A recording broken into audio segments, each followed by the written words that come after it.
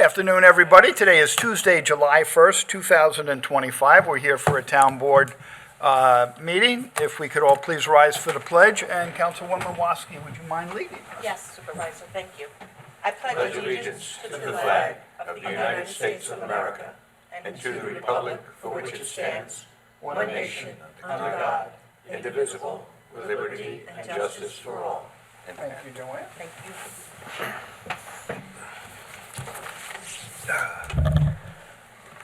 Okay, Councilman Rothwell, do we have somebody here for the invocation today? We do. We are honored today to have a member of the Salvation Army, Lieutenant Esther Togara. If you would like to come forward and lead in our invocation, please. Thank you very much.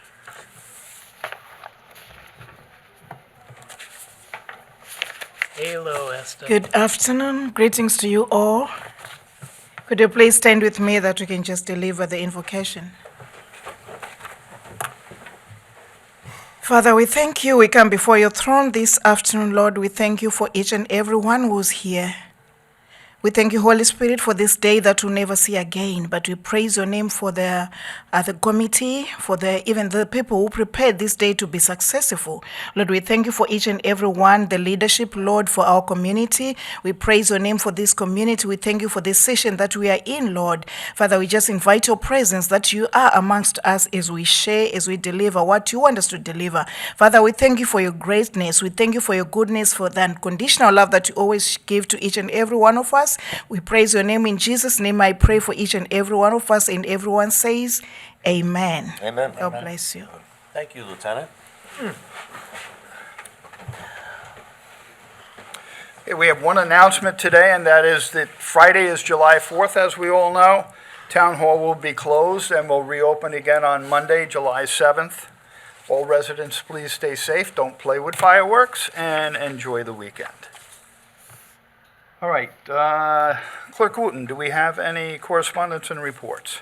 We did. We received about 5 correspondence, actually, one dealing with the music choice for the VIII. We had 2 reference the motocross, proposed motocross track in Calverton, and 2 concerns reference the Youngs Avenue condition with the fire and the odor and the dumping.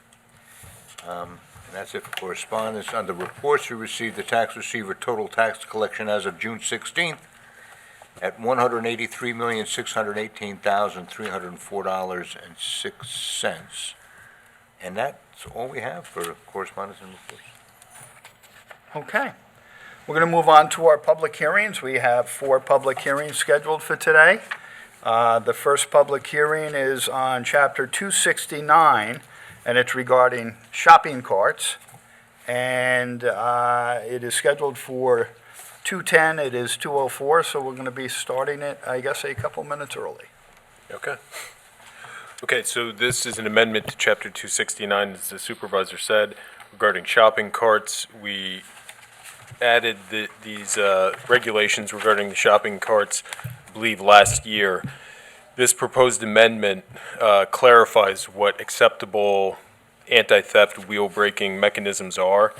So it outlines electromagnetic wheel locking, radio frequency identification systems, and GPS tracking smart cart systems. Under 269-6 as revised, any new application will require, as a condition of approval of the application, that they comply with the requirements of the chapter, including identifying one of these 3 acceptable anti-theft braking systems. And all pre-existing retail establishments on Route 58, Route 25, or Route 25A will also be required to comply with this chapter. We have an exception for retail establishments that have 15 or fewer shopping carts on their premises, but require them to remove those shopping carts from the parking areas by the close of business. Okay, do we have anybody who would like to comment on this particular public hearing regarding Chapter 269 and shopping carts? Anybody online to comment on this public hearing? Having seen nobody, we will close this public hearing, keep it open for 10 days to June 11th, July 11th for written comment. Next public hearing we have, Chapter 217, demolition permits. This will also. You again? Yeah. Okay. All right, so this supplements our provisions under 217-8 relative to demolition permits. It clarifies that we essentially create two different types of demolition permits. You're going to have ordinary demolition permits, and you're going to have demolition permits that are issued in connection with remediation of violations. Those typically come up in town justice court. And what would happen is we would dispose of a case because somebody opened up a demolition permit, which would give them a year to complete the work, and then they would just never complete the work, and they would be in violation a certain period of time later when the demolition permit was expired. So this requires that they commence the remediation work within 45 days and that they complete that remediation work within 6 months. And it clarifies that ordinary demolition permits are intended to be commenced within 45 days and completed within 1 year, and they'll no longer be automatically renewable. The building inspector will now have to actually review a permit and reissue the demolition permit. Okay, board, anybody have any questions? So just, is it that the court sends a notice, or how is the building inspector notified that it's a violation-based permit? Is the applicant stating that, or? Yeah, so the form would be amended. Also, in our internal IPS system where we track the properties and various violations, when you look up the tax map number for a certain permit application that you're reviewing, it'll show the open violations there. Okay. Thank you. Anyone from the public like to comment on this public hearing? Nobody online? Okay. We'll close this public hearing and keep it open for written comment until July 11th. Our third public hearing scheduled for today is a public hearing on Chapter 105, failure to stop for school buses. Okay, so this amendment is being added to our administrative code under Chapter 105. This relates to the bus stop arm program, which was implemented by the state of New York in 2019. These cases had typically been heard before regular judges. In 2023, the program was challenged and made it to an appeal. And without getting too specific with it, they were contending that there were loopholes in the VTL that allowed people to get out of tickets they would otherwise be liable for because the due process wasn't being given with the way that the tickets were adjudicated. So the state legislature fixed the VTL. Now in the 10 towns in Suffolk County and the 5 West End towns, these tickets go before an administrative judge because they have their own traffic violations bureau. The 5 East End towns all have town justices, and typically a town justice has more discretion in a case where they're either finding someone guilty or not guilty and then setting a fine based on a range.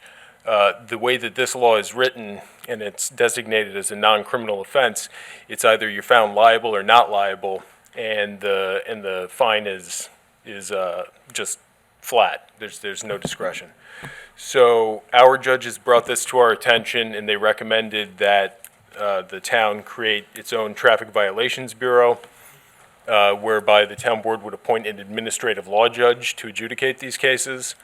And this sort of addresses any procedural concerns that currently exist in the VTL and the way that we determine liability for these violations.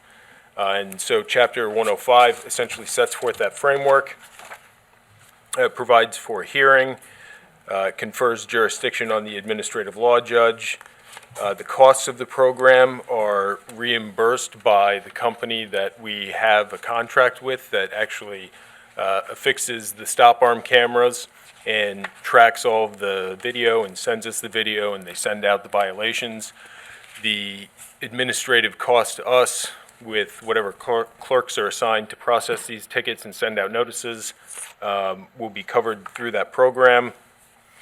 And it provides for fines and sets forth the penalties that are consistent with VTL Section 1174-A. And so if anybody has any questions about the content of the law or the process, we'd like to hear that now. Okay. Board, do you have any questions? Just a question on the fine itself. So is that, I understand you're following state law, but in this, we don't have the ability to set any minimum fines? We don't. Okay. And it's all set forth by a contract with the Stop Arm Program Company. And I just have one question. We would, whether the 5 towns get together or us individually, we'd have an administrative judge handling this, right? Yeah, so what Chapter 105 is amended will do is the next step in our process will be probably doing a posting for an administrative law judge and considering who you would want to appoint to adjudicate these. In the past, they were done in justice court, I believe, once a month, and for about an hour and a half. And one of the police officers would essentially act as the prosecutor. They would have reviewed the footage, and you present the footage. If someone pleads not guilty, they come in, it's up on the TV in the justice court. Everybody sees the video of whether the car actually stopped. Sometimes questions will come up as to whether the stop arm was fully deployed. So functionally, it probably won't operate all that differently from how it did in justice court. It's just instead of a town justice adjudicating these, we'll have an administrative judge that either finds someone liable or not liable. Thank you. Good. Anybody from the public like to comment on this public hearing? Nobody online, not seeing anybody. We will close this public hearing and keep it open for written comment until July 11th. And we will move on to our last public hearing, which is entitled Chapter 289, Parking Prohibited. It's scheduled for 2:20. It is now 2:14. Okay. So this is a pretty straightforward amendment to Chapter 189, Section 10, which regulates parking which regulates no parking on sides of roads. We are adding Young's Avenue on both sides. On the southerly side, it'll be between the intersection with East Meadow Road to Osborne. And on the northerly side of the road, we're prohibiting semi-trailer trucks, including the idling of any vehicles on each side, from East Meadow Road to Osborne Avenue. And this addresses a concern that was brought to the Traffic Safety Committee, as well as multiple complaints from residents in the Calverton area of trucks entering or exiting Crown recycling facility and parking on the side of the road, creating dangerous conditions for motorists based on the curve of the road, and particularly in times where there's school buses coming down to pick up kids in the surrounding communities from Old Orchard and East Meadow. Okay, board, any questions? I just have one question. Is there any reason, given the amount of complaints and the fact that we as a board have really taken action on this, started this action, do we have to wait to July 11th to enact these? So I'm glad you asked that because I forgot to say it. There is a resolution in the packet today to adopt this. So if there are no significant comments or concerns about the proposal, my recommendation would be that the supervisor close the town board meeting and not extend the 10-day written comment period. And this way, the board can vote on the amendment when it comes up later on in the packet. Thank you. Close the town board meeting or? I'm sorry, Hearing. close the Close. public hearing. Yeah. Right. So I just wanted to thank Councilor Howard, just because this was just brought up in last month's meeting, as he mentioned before, in traffic safety, and town attorney's office moved very quickly on this to write it up and to put it together so we can take immediate action. So thank you for doing it swiftly. Thank you. Very welcome. Any other questions, board? No. Anybody from the public? Hi, John Collins, Northville. I live on Smuggler's Path, which is on this list. I've spoken to the board about this before. We get about maybe 5, 10 people a year that might come up and park there versus going into the parking lot at Pier Avenue. They're always clean, they're quiet. You hardly even know it that they're there unless you're leaving and coming back. I get friends that come over, and I don't want to see them get parking tickets. I see there's a list of about 25 to 30 different roadways. I'm not sure what the final total was, Eric, on the amount of different roads. But I'm hoping that we can eliminate Smuggler's Path from this. My neighbors are aware of it. Have their guests come out. They park on the street. I take my car on sunny days like today, and I put it across the street into the shade, just because I don't want to get into a boiling car, because unfortunately, do not have a garage. So I'm hoping that we can eliminate Smuggler's Path, as I mentioned the last time we went through this, and we'll see what happens, but John, the only thing I would... it's a problem. The only thing I would recommend is that you maybe get your neighbors to sign on to this. Is this going to be a 10-day thing, or it sounds like today it's going to be? Well, this is for Young's Avenue today, it's not for Smugglers. I don't Okay. I don't see Smuggler's Path on this list. Yeah, it is. so I don't know if- Smugglers is on the list. It was, So, I've spoken about it Page before. 37. if I may, Smuggler's Path was added to this list in November 21st of 2023, and it states on both sides of the road from a point at its intersection with Pier Avenue in a westerly direction to its terminus. And if my memory serves correctly, this was added at the recommendation of the Beach Committee. It was. Because you would have overflow in the lots, and so Correct. people would come and park on the side streets. And so we came up with a list of proposed side streets that were proximate to a beach. And we gave that to the Beach Committee, and they knocked out a couple streets, and then they gave us back a list, and this was on the list. Right, I talked with Bob Skinner about it also, who was on the beach committee. Okay. So it's a cul-de-sac, it's a dead-end street, Smuggler's Path. Like I say, it's for 5 to 10 cars a year. That doesn't bother me. They're always quiet, they're always clean. I just don't want to walk out and get a ticket on my car. I have a short, steep driveway. Smuggler's Path is built into a hillside. I'm not sure if you're aware of that. So many of the driveways are steep. There's one you can ski down on when you get too much snow on it. I mean, it's, and I'm short. I can't even fit more than 2.5 cars in my driveway. I hope that we can eliminate Smuggler's Path, or else is there a guest pass that I can get 10 guest passes in case somebody comes out and or I have a party on my block? We had Because where are the spoken people about supposed to guest park that passes. if I have guests and I can't fit them in my driveway? Where are they going to park? $35 to park down at the beach? The Recreation Department does have guest passes that they issue out to different communities. There's one up in Wading River that they do the same thing for. Okay. The neighbors I'm wanted sorry, no... was that the Recreation Department? Recreation Department. Okay, and is that a full by the year or permanent? No, you get it, and you have to turn them back in. If you're gonna have a party, that's what you would have to do. Let's make it a little easier. It'd be a lot easier, like I say, 5 to 10 cars, never a problem with garbage. We don't have a problem with that. Just make sure your neighbors don't have a problem with that. I'll Have reach out to them and have them Yeah, reach out to you. absolutely. Thank you. Absolutely. Also, our next beach committee meeting is Wednesday, July 23rd, from 4 to 5 o'clock here at Town Hall. You are more than welcome to come and speak with the beach committee members. And will that be talking about the parking situation? Will that, We could put that on the agenda for you. okay, and I'm sorry, could you repeat that date? It is Wednesday, July 23rd at 4 o'clock here at Thank you. Town Hall. I'll try and make it. You're welcome.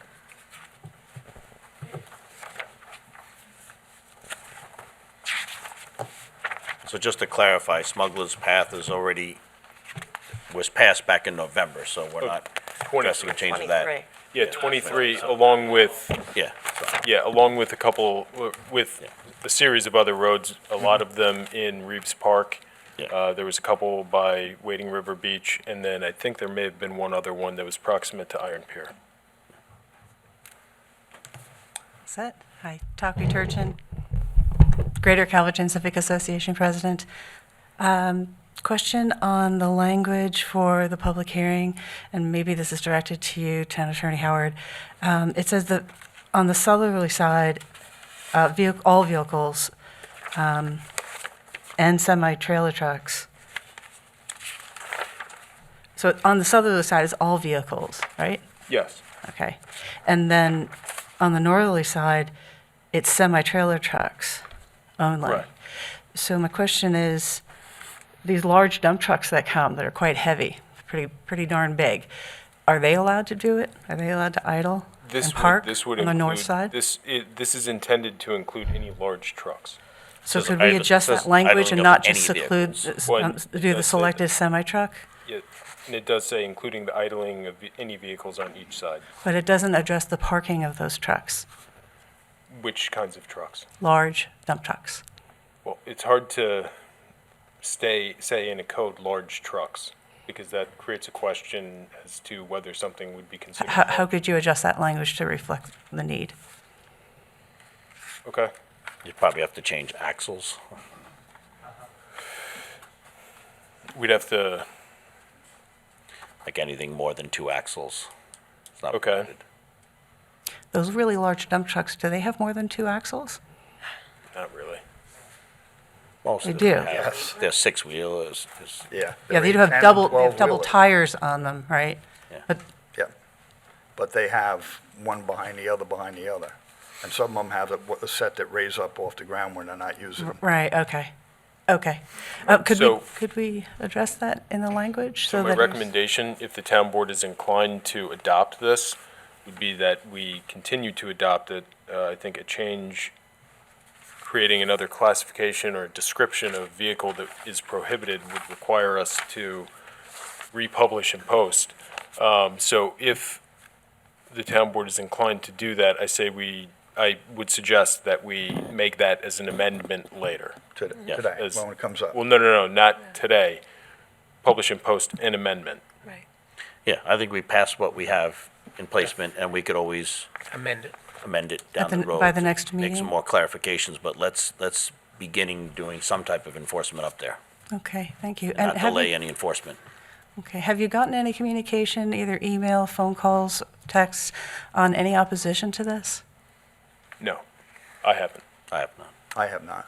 Okay.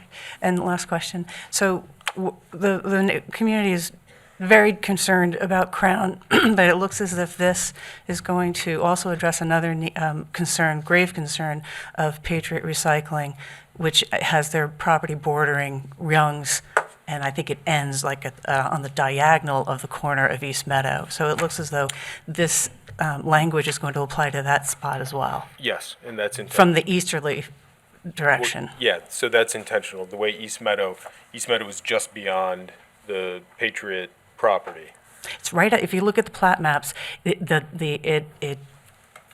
it occupies part of that corner, but it's not a technicality that's going to infringe on what you've written and what you're accommodating for in this. No, I mean, any of their entrance off of Young's Avenue would be prior to East Meadow. So, And they would be weight limited coming from Right. Toomey Avenue. okay, so last question, not sure if you have the stats on it. How many tickets have been written to trucks, dump trucks, since I went to the May 29th Traffic Committee meeting? Do you know offhand? I have no idea. I mean, I would You'd have to imagine that request because that of from Crown's the police. explosion, that has just, gone down to zero. Yeah, I'm most just of- looking for stats. Most of those wouldn't have been returnable in justice court yet, so we wouldn't have gotten those calendared yet. Okay. So if I needed to ask that question, I would ask it of Chief Frost? I would say Chief Frost, I don't know if he has that data handy, but Deputy Town Attorney Victoria Pilo may have that in the next month. Ooh, okay.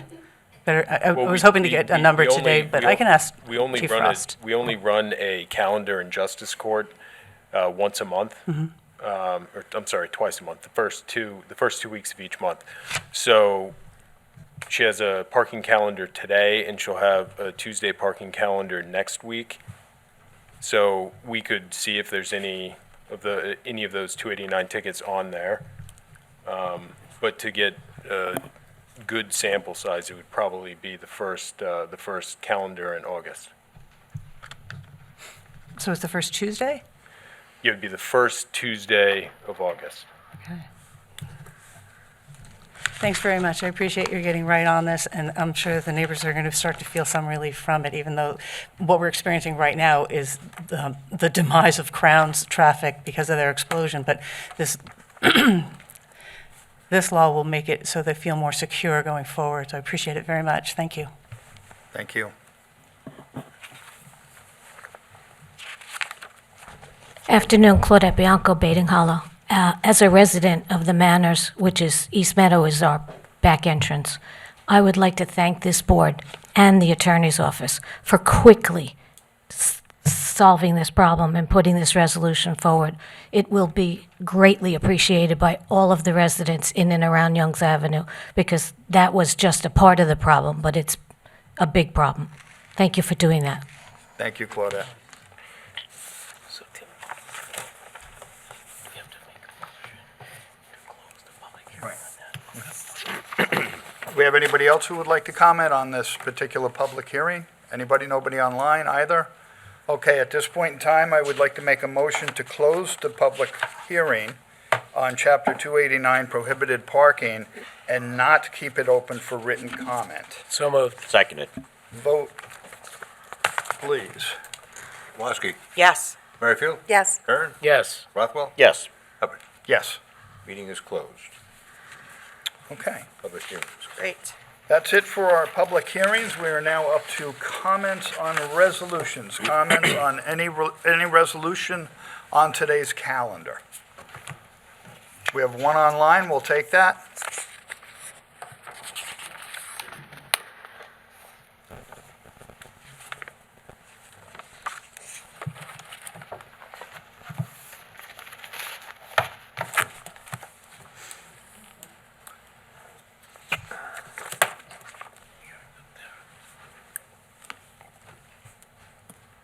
Ron, can you hear us?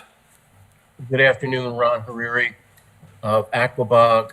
I'd like to take a moment to comment on Resolution 2522 regarding the scheduling of a hearing as to the qualifications and eligibility of J. Petroselli, et cetera, as a developer in connection with the Town Square project.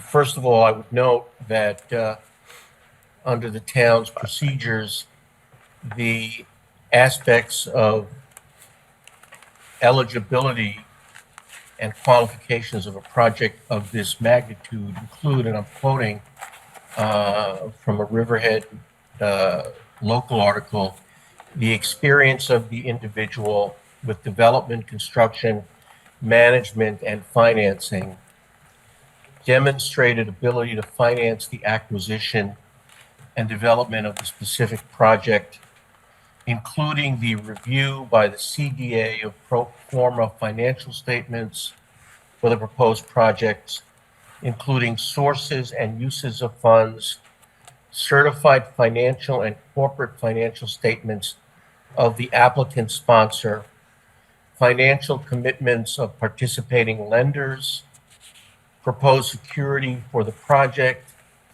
business plans and economic analysis of the project, and past compliance with municipal laws, demonstrated integrity and responsibility of the applicant sponsor based upon appropriate investigation by the town attorney and consistent with case law,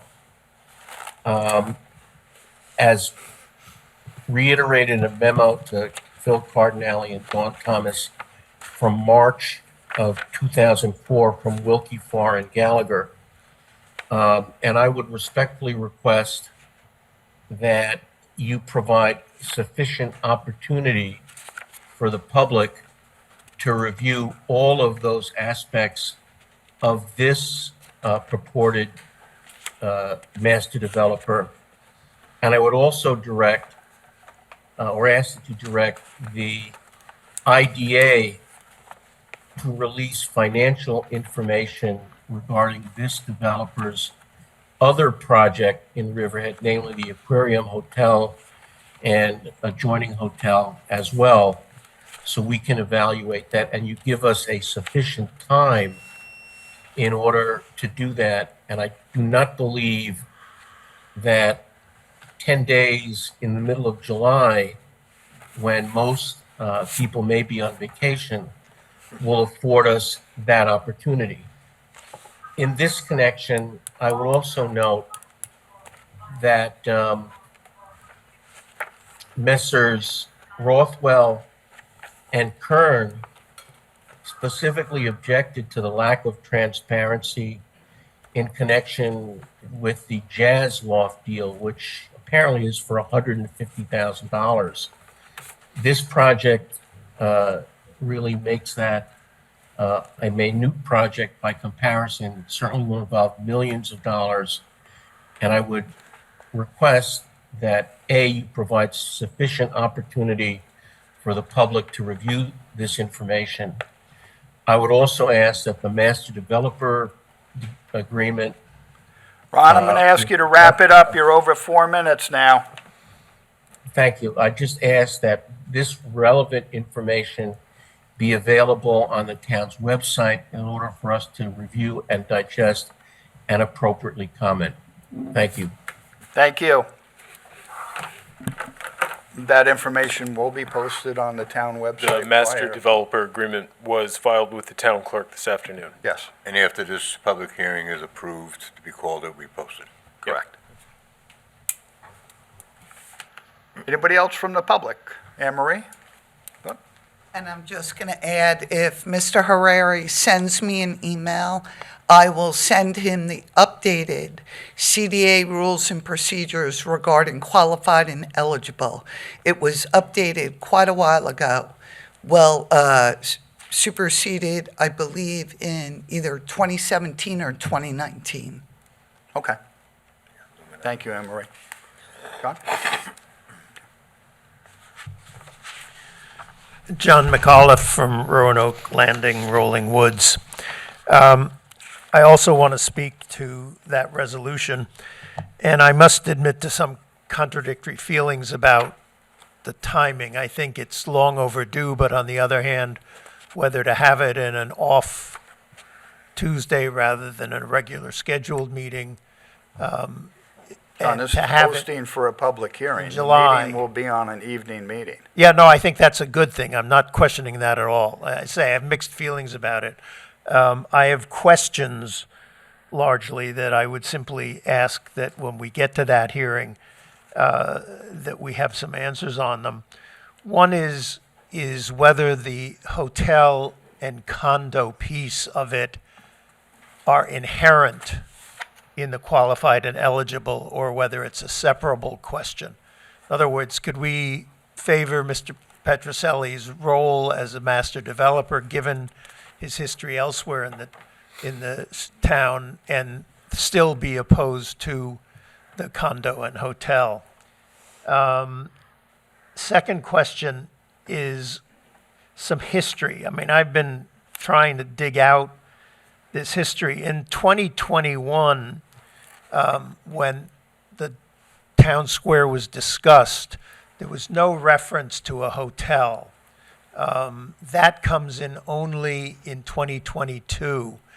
And it's not clear who is involved in this discussion other than the work session that you had. I mean, maybe I missed it, wasn't here, but I don't recall open discussion of whether people favored putting in a hotel there. The related question is, when did it grow from 4 stories to 5 stories? When did the condos get added to it? How was that?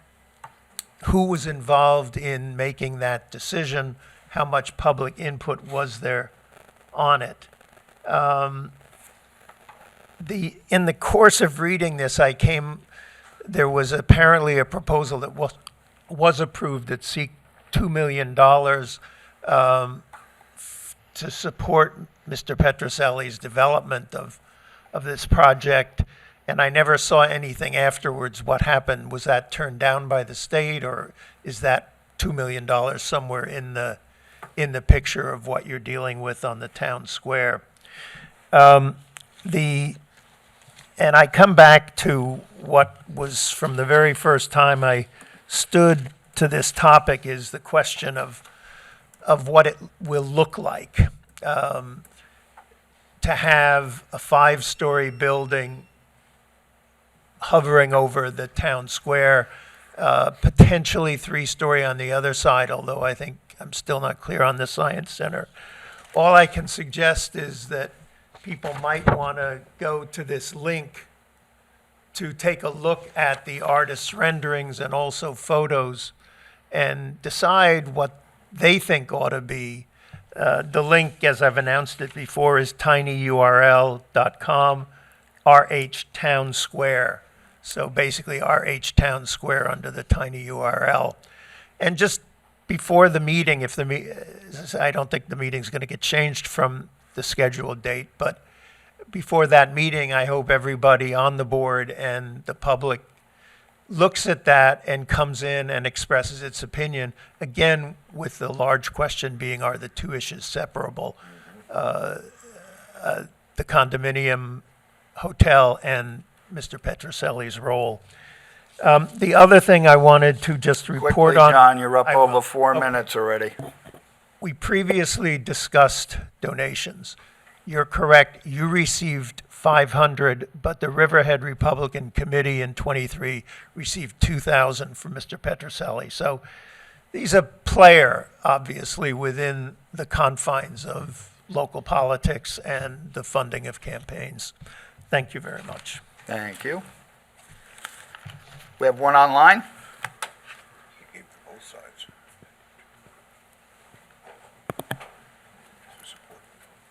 Supported Cornell.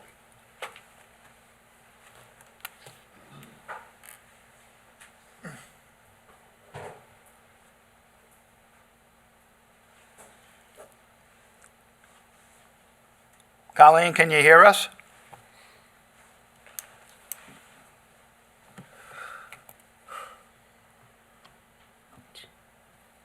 Well, let me unmute. Hi, can you hear me? We can hear you. Okay, sorry. Colleen O'Brien, Aquabog. I also have a few questions regarding and concerns about the town square. And I'd like you also to consider, in light of the magnitude of the value of the town assets involved in this deal, I'd like to request that you put this off until after Labor Day.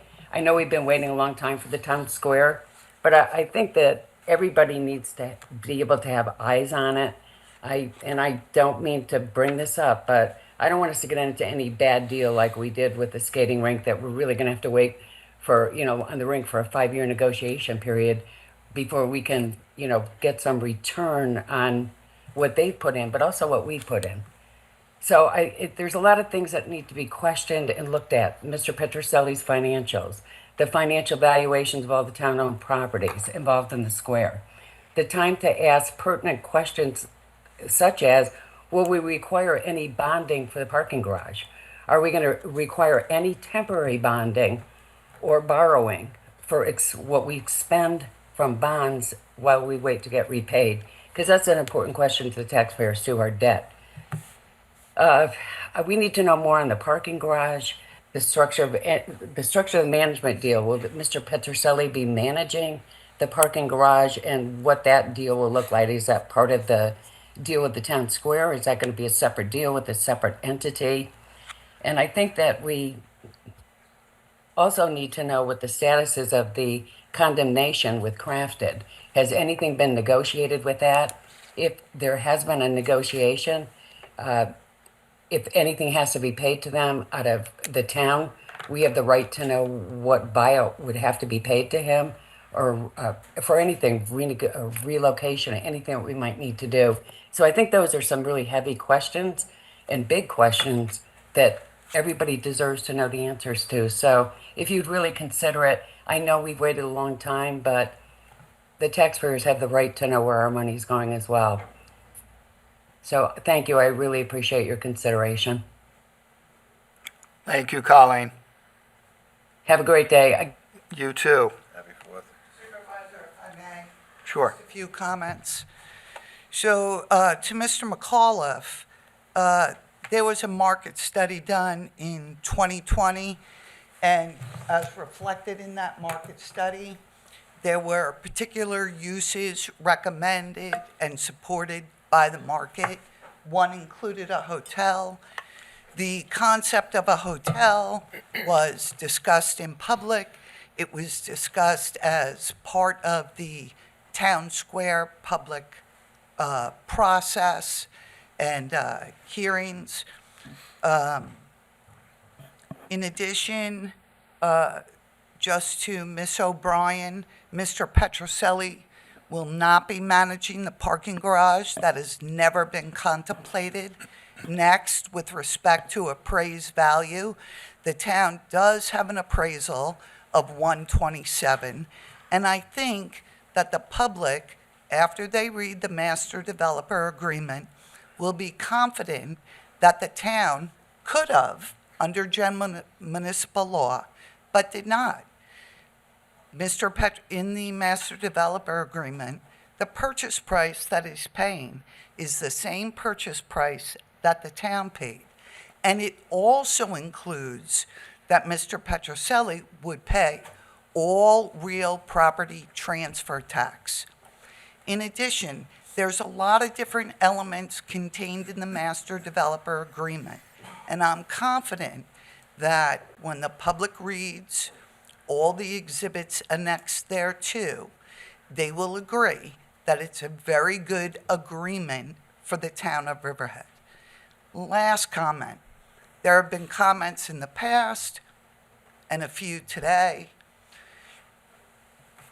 After the town board designated Mr. Petroselli master developer agreement, the entire town board turned over the process of negotiation of the contract to the office of the town attorney.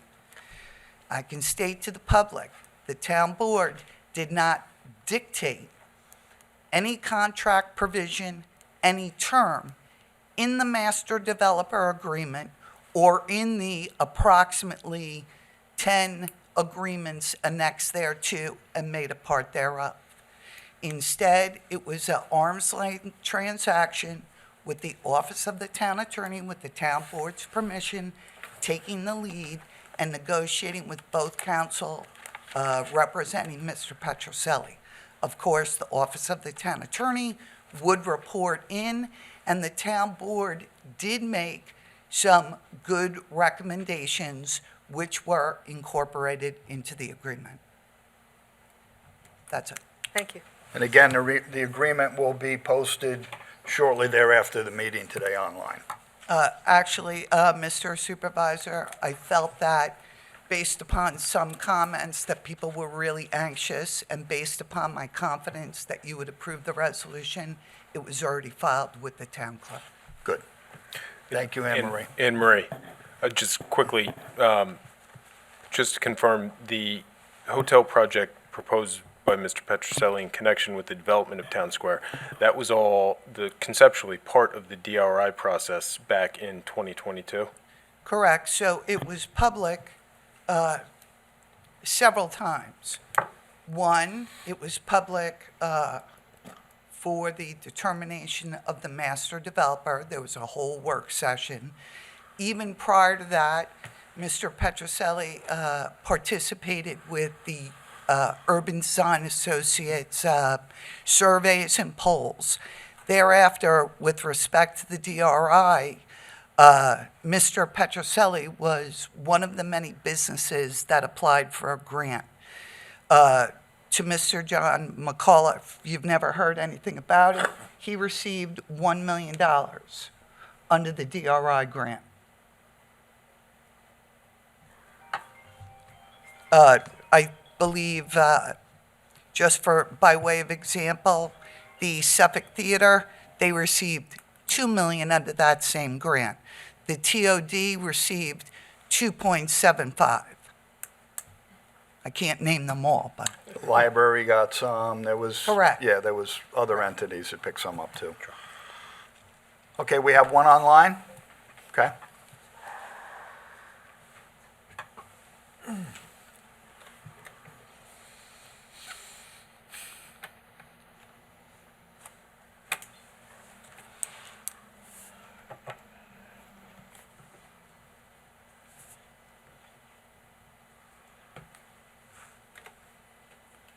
Can you hear us?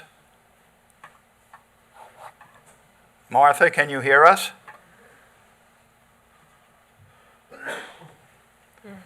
Martha, you need to unmute.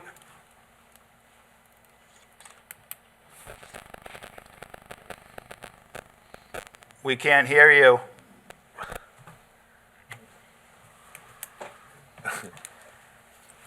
I'm going to take a minute, but I can't read lips. I don't think she can see us. Martha, can you hear me? Shake your head if you can hear me. Shake your head if you can hear me. Okay. We cannot hear you. We need you to sign off and sign back on, and we'll bring you back up again.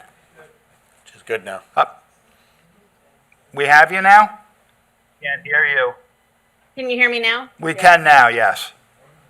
My apologies. So my name is Martha Reichert. I'm going to take a minute. I'm an attorney and a partner at Toomey Latham Shea Kelly Dubin Cordovaro, Riverhead, New York. I am commenting specifically. Martha, Yes. can you hear me? Yes. Shake your head if you can hear me. Shake your head if you can hear me. Wes. We're on a time delay. We need you to sign off and sign back on, and we'll bring you back. Don't do that. Disregard that, Martha. Disregard that was an old message. I love this. Are we good now? We can hear you live now. Now, yes. Okay, great. So I'll try. Apologies. So my name is Martha Reichert. I'm an attorney and a partner at Toomey Latham Shea Kelly Dubin Cordovaro, Riverhead, New York. I am commenting specifically. Okay. Okay then. That was exciting. That was really The fun bizarre. of technology. It's different. We do whatever we can around here to entertain you, Bob. That was different. It's like the Matrix.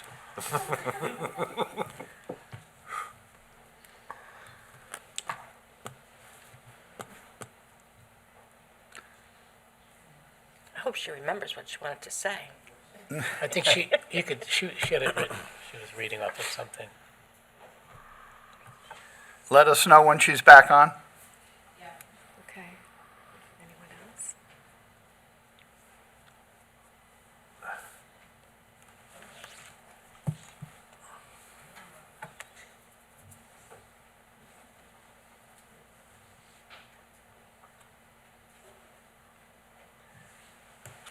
Little yellow thing. Scroll bar is going awfully fast. You think? It's got a lot of importance. Well, pretty quick.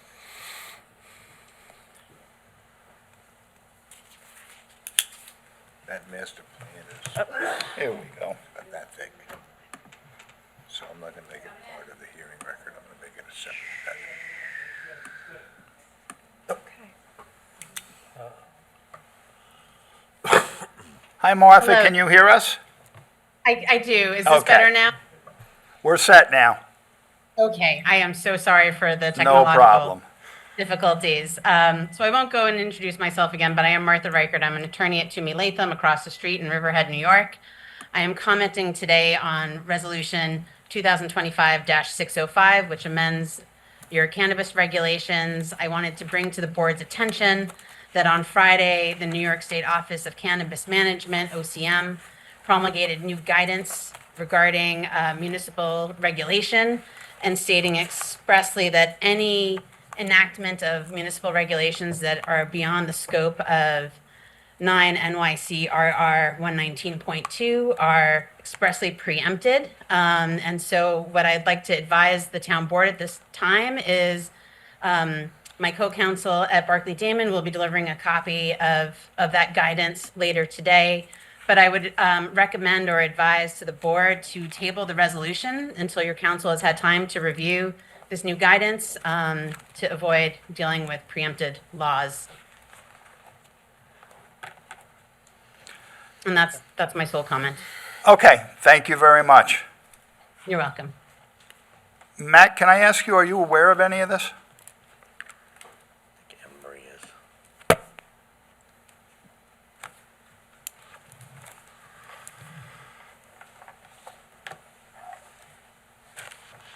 I am not aware of any new guidance. I mean, I would recommend the board adopt it as written unless the town attorney feels otherwise. I mean, under municipal home rule, I think it's within our right Yeah. to do so. I think under municipal home rule, I would take the position that we're not preempted by an Correct. unelected state agency.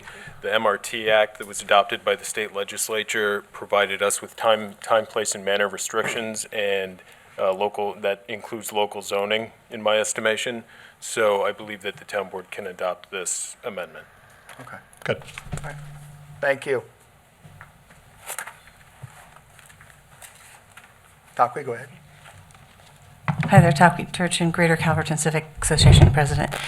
Because the last speaker spoke on a resolution I have a question on, I'm not sure where it sits right now. It sounds like everything's still in order with what you've written, and you're going to vote on it today?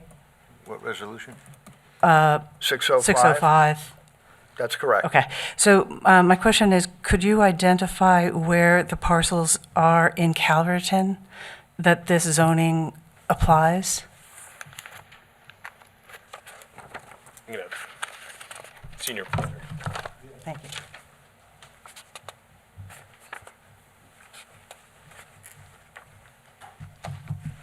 All right, so these amendments wouldn't change any location requirements within the hamlet of Calverton. There's already an operating adult use retail operation there. As the code already states, it's one per corridor. That's in corridor 2, so there can be no more. This did add business CR, so that would allow uses in corridor 1 where there's business CR.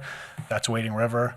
I will note that it's highly restrictive due to other existing uses in the area, so it would be probably some time before a conforming location could be found.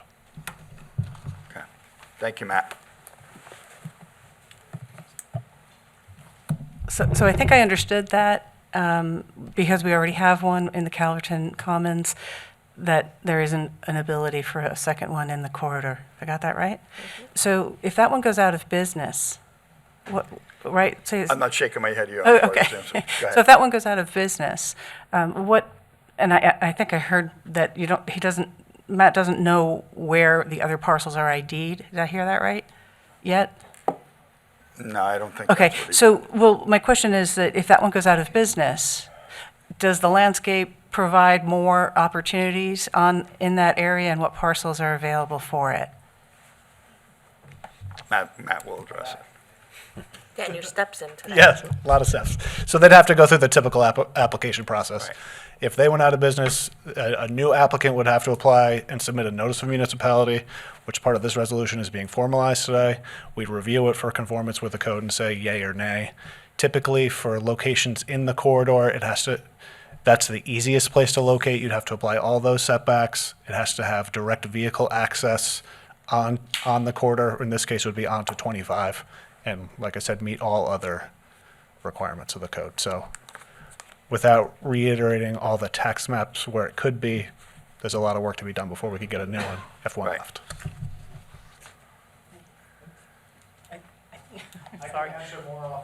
Yeah, I probably need to ask a different question, but that's enough for now, and there's enough time to find out what those locations might be. Obviously, there's a process, and I understood that. I just want to find out how far it goes. Did you say it went to 25, to where 25A branches off? Yeah. Okay, thank you. And there's a saturation rate, so if one goes out of business, Right, you have the we're always opportunity. measuring 2,000 feet, so it doesn't necessarily mean that every spot within there, it's based on where the other. Right. I mean, because location there's an may be. intended school on the corner, very close to, J&R's, and then the rest of the businesses there. Okay, thanks very much. We have anybody else in the room that wants to publicly comment on any resolution? Come on up to the microphone, sir.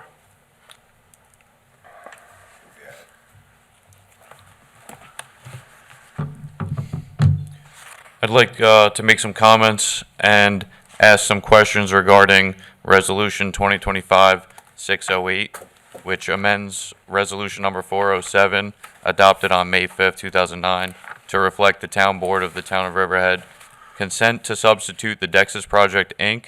as development partner with county, with all such rights to own, lease, or improve property described as Section 0600-125-152, purchased by the County of Suffolk with Greenways funding. I'm Chris Patty. I was born and raised in Riverhead and am a community advocate for rebuilding the Wesley Dean Ackley Skate Park. which was renamed after the beloved Riverhead resident and my best friend Wesley Ackley in spring of 2023 after he passed away with cancer. So to start, may I request a simple breakdown on what this resolution means for the Dexys project and the town's involvement on the project to rebuild the Riverhead skate park? We'll turn that over to the town attorney. Yeah, so this parcel is titled to Suffolk County, and it is part of the Suffolk County Greenways program. Previously, the town had entered into an arrangement with the county to redevelop the property. In the past, the town has adopted resolutions similar to this. In the past, we've had the YMCA and East End Disability looking at the property to develop it for recreational purposes. So this resolution, essentially, neither of those materialized, and the property is still undeveloped. So the property is still available for recreational development. This resolution essentially says to the county that the town is waiving its partnership with the county, and the county can, without any other approval from us, work with the Dexys project to develop the land for a skate park. All right, and my next question is the county aware that the town is proposing a partnership with the county and the Dexys project on my behalf? Because I was not aware.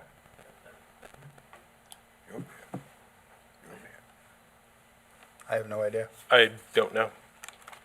So the town is Well, I know there's offering a partnership with my There's nonprofit. certain, no, it essentially says that we would waive our opportunity to partner with the county on development of this property in favor of you working with the county in developing this property. Okay. And now whether that materializes in an agreement between the Dexys project and the county, that is time limited pursuant to the terms of the resolution at December 31, 2026. So if the Dexys project enters into an agreement with the county for development of the project, however that agreement is negotiated, this town board is supportive of that occurring and seeing that property developed into a new skate park. All right. I'd like to add that for the record, I requested that this resolution be tabled and amended to align with prior agreements via email last night and multiple phone calls to town officials on the council and supervisor this morning. I was sent this resolution with less than 24 hours notice to it being voted on today. So I just have a couple quick points I'd like to present about this. The town already recognized the value of this skate park project. They unanimously, they being the town board, agreed to support a resolution allowing community development to seek grants. Where is that resolution, and why hasn't that one been passed? This was back in January, 6 months ago at a work session meeting. So if there is a development plan ultimately agreed to or proposed with the county, and there is a CDA opportunity to apply for grants that could support that project, I think that the town board would still be amenable to authorizing those types of grant applications to contribute to the build-out and development of the project. Correct. Right, but why is that not mentioned in the resolution? Because there isn't an agreement with the county yet. So, all right. I've been in meetings with the town over the past year, and we've discussed the town itself being responsible for rebuilding a town park that is dilapidated. So this doesn't match it doesn't align with every meeting that I've had with the town. Over a year now, with many meetings with Parks and Rec Committee, Community Development, and there's no mention of any of these prior agreements which were made publicly in this current resolution. So this doesn't address redevelopment of existing town facilities. This is development of property that's titled to the county. and designated for recreational development. Right, so the plan all along was that the county would transfer land ownership to the town so that the town can rebuild a dilapidated park that they currently own in this new location adjacent to Stotsky Park. That has always been the understanding, and that's not in this resolution, so I come today asking why not. I haven't had any conversations to that effect with anyone from the county. Councilman Kern and Councilman Rothwell have been involved throughout this process, so maybe we can direct the question to those two. This was by doing this resolution, we're giving a blessing to Suffolk County to allow that we're saying that we do not object and we support this project. It also, this resolution validates your project so that you can seek grant funding and other opportunities to raise money. The town of Riverhead does not have this project in the end. I would say at a minimum is well over $1 million. We don't have $1 million to do it, but by us passing this resolution and showing support for the project, I think it would enable you to begin the grant writing process as well as trying to raise funds. I know that you're at a little over 20,000, maybe 30,000 of privately raised funds. I think that's wonderful, but we're still well away from the $1 million that would be needed to develop this project. So we're telling the county that we support this endeavor. We're validating your project, and then between the county and potentially still the community development agency here on a town level could look into grant opportunities and to pursue this so that the project can potentially someday come to fruition. But the town itself, we have never said that, okay, we're gonna step up. We do not have $1 million or more to proceed with this project. But you mentioned at work sessions that you believe that there were individual entities or businesses that would be willing to donate to this project. And so what we're doing now is validating your ideas and your project so that perhaps those donations or fundraising could come to fruition. If I could add to that. Sorry. Chris, if I could add to that. Yeah. To the councilman's point. I think we were all excited. One, you said you raised money so that you could do a plan, right? You need the plan to raise future funds. You also need property to land those funds on. And that's what we're doing right here, is to get you with the county. You get your plan, and I also said I'd help you at that particular point identify people that would, potentially be donors to this. But you need possession of that. We're giving you that right now in this resolution. Well, the plan all along was that the county would transfer ownership of the land to the town because this is a town park that we are rebuilding. So why isn't that in the resolution, is my question. I think you misunderstood that. The county is not going to transfer it over to the town. It's part of the. But we've been working with officials such as legislator Catherine Stark and other folks within the county level, and the plan has always been to transfer the land to the town as this is a town park. And there's public record of that. That's always been the plan. And I would think you would have a much. Plan and an idea. I think you'd have a much better to raise funding through county means than certainly on, staying local with just the town. But that wasn't the plan over the past year. One of the first meetings I had with the town was with community development, and the understanding was that the town would seek funding for this project through grants through the state, federal level. That's very different than what you're saying, though. You're mixing But there's no mention of that in this resolution. That's still true. We seek grant fundings for all projects, all opportunities across the board. Just because it doesn't say the town will apply or seek for grant funding, the community development agency is wonderful. They can apply for many different projects. Should grants become potential available, we can still help assist and apply for it. Right, but the county still needs to know offhand before you begin that process, what exactly are we developing here? And that's what I think was clearly stated in the resolution. Well, what was not clearly stated was part of the agreement 6 months ago to pass a resolution to allow community development to seek these funds. That is not in this resolution, and I ask why not. We don't need a resolution for the CDA to go after grants. Then why haven't they started?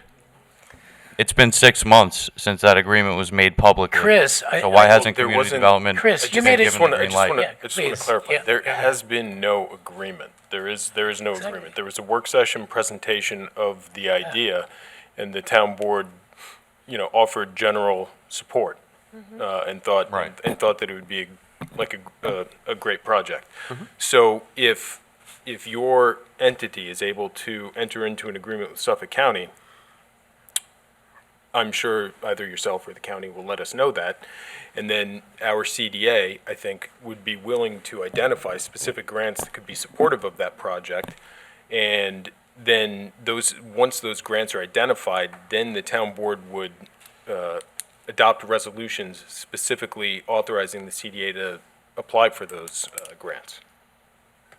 So can we amend the resolution to include that community development will be able to seek grants and that the town of Riverhead will obtain ownership from the county if they are willing to transfer the ownership to the town to rebuild the town's Chris, skate I'm going to park? suggest you set up a meeting with the involved parties on this, that you're just going around in circles here. I'm not sure you're Because quite... I'm not getting answers to the questions, and this has been the understanding over the past year, that, Yeah, you know, I'm going even- to recommend you set up a meeting with the involved parties and sit down and take care of this, because we're way over the time limit with But this. that's what's been going on for over a year now, so I asked today for a commitment from the town to follow through on what the town has said. And that's what this resolution is for, and you're not understanding that. The So I resolution need you is. to sit down and talk The resolution with is to people. partner a private organization, a nonprofit that I started called the Dexys Project, Inc., with the county, and then it's also written in this resolution that the town would have no financial responsibilities for the project. That's not the agreement that we've been discussing and the deal that we've been hammering out over the past year. I'm going to office has not disagree been with that working on any- statement, but, My office hasn't been working on any contract or agreement on this. right. There's been no additional budgets put forth or proposals. There is no current money that is allocated for any type of development of that project. Well, I understand about the budget and there's no money, but if there's no money, then where is the town getting over $800,000 to build bathrooms in a little used park in Calverton? We could have built the skate park with that money.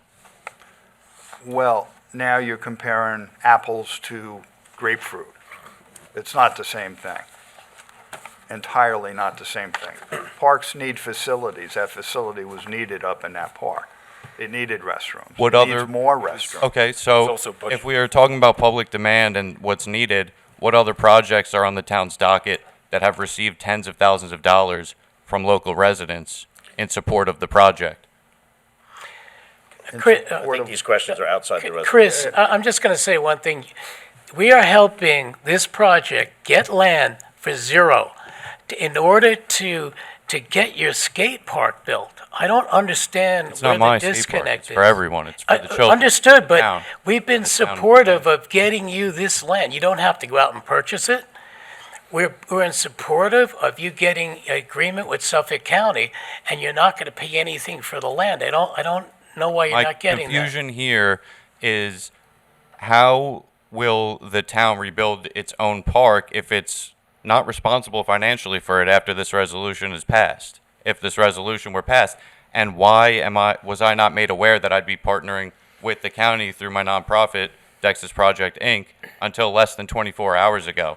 And why were my phone calls not returned this morning? And why was my email yesterday not responded to when I asked for this resolution to be tabled and amended?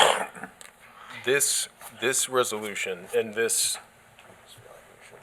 arrangement with working with the county is the cleanest path to getting the Dexys project a piece of property that they can So then they can do their project. why over a year now, well over a year, has the path forward been made very clear to me that the land needs to be transferred to town ownership?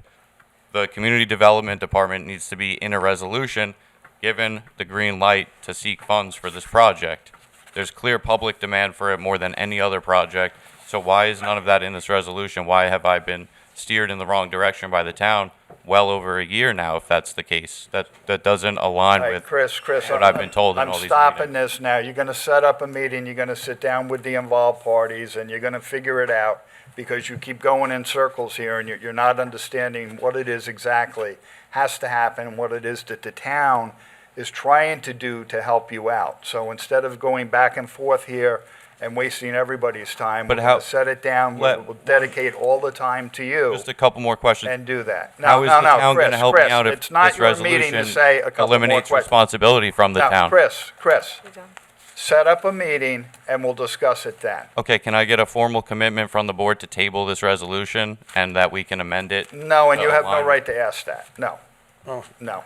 Well, the resolution is offering up my private nonprofit with partnership with the county, which I did not consent to, and I formally declined that partnership. So it doesn't do that. It waives the town's position as a partner with the county and allows you, if you are so Exactly. inclined. Can I just make, Chris, can I make a Chris, statement? I think Can we will table yeah. it. Can I make a I statement? think we will Chris, table if you're standing Thank at the you very podium much. and you're asking Okay. it not to go forward, then I'll be more than happy to table the resolution at your request because it is your company. I think we need to sit back down privately and That's what I've realign been trying on to tell you, Chris. the issues that are at hand here because they're not addressed in this resolution. So at, that's my at request. your specific request, because it's your company, I will make a motion to table it. If you don't want this project to go forward, we'll pause it. I want the project to go forward in the way that we described over the Okay. past Yeah. year.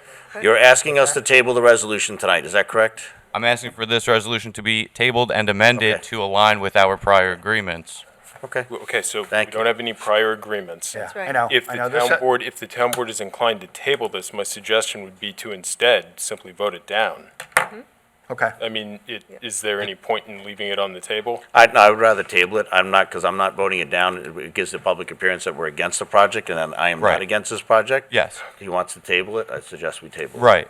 And to be clear, I want this to be an open, transparent, collaborative effort here. So when I'm given less than 24 hours to respond to a resolution that resembles nothing of what we've spoken in the at least Okay, dozen Chris, here we meetings go of the again. past We're year. going around again. Thank you very much, and we'll set up an appointment.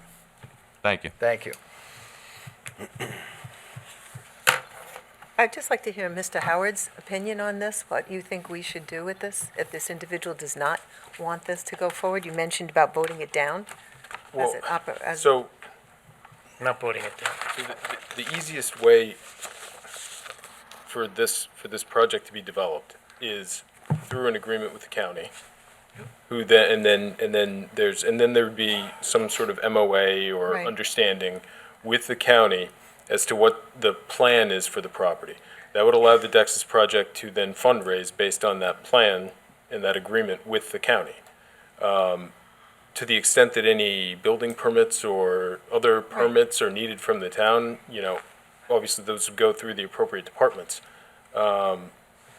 If our recreation funds can't support Right. this type of renovation or massive development, okay, because the property's gonna have to be entirely cleared, it's probably gonna have to be graded, and then there's construction that's gonna go into this. It's probably gonna be every single bit of $1 million, if not more. More. So, since the town doesn't have those funds, the easiest way for this to happen, since the property's already titled with the county, is for the agreement between the Dexys project to be with the county.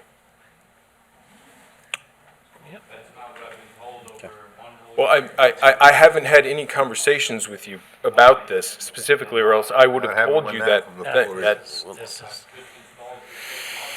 I, All right, Chris, all right, but I we'll can't. take the next caller. Thank you. Okay.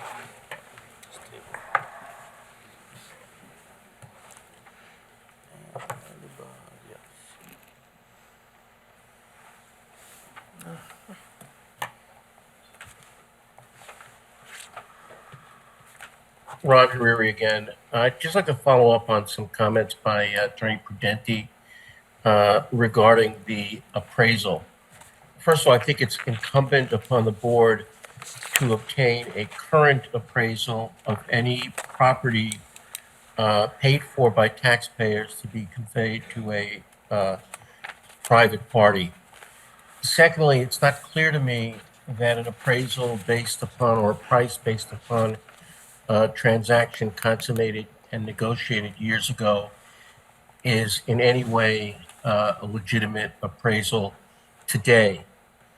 Moreover, I would ask whether the value includes the lease, the long-term lease of Crafted, and what the subject of those negotiations to purchase or condemn that lease how those aspects may affect the value of the property.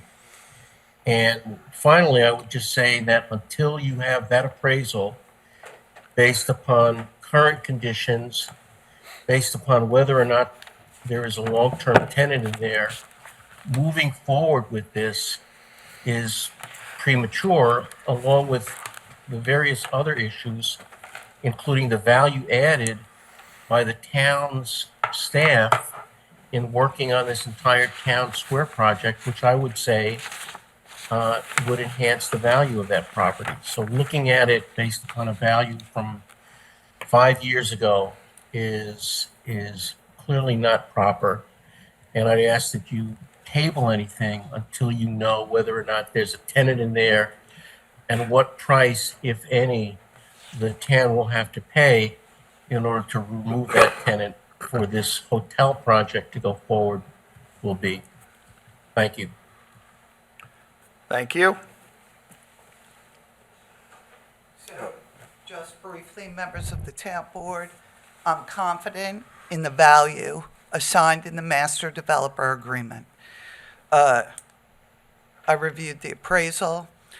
I actually have regular updates from staff on the condition of the building. I'm sure the town board is well aware of the significant deterioration.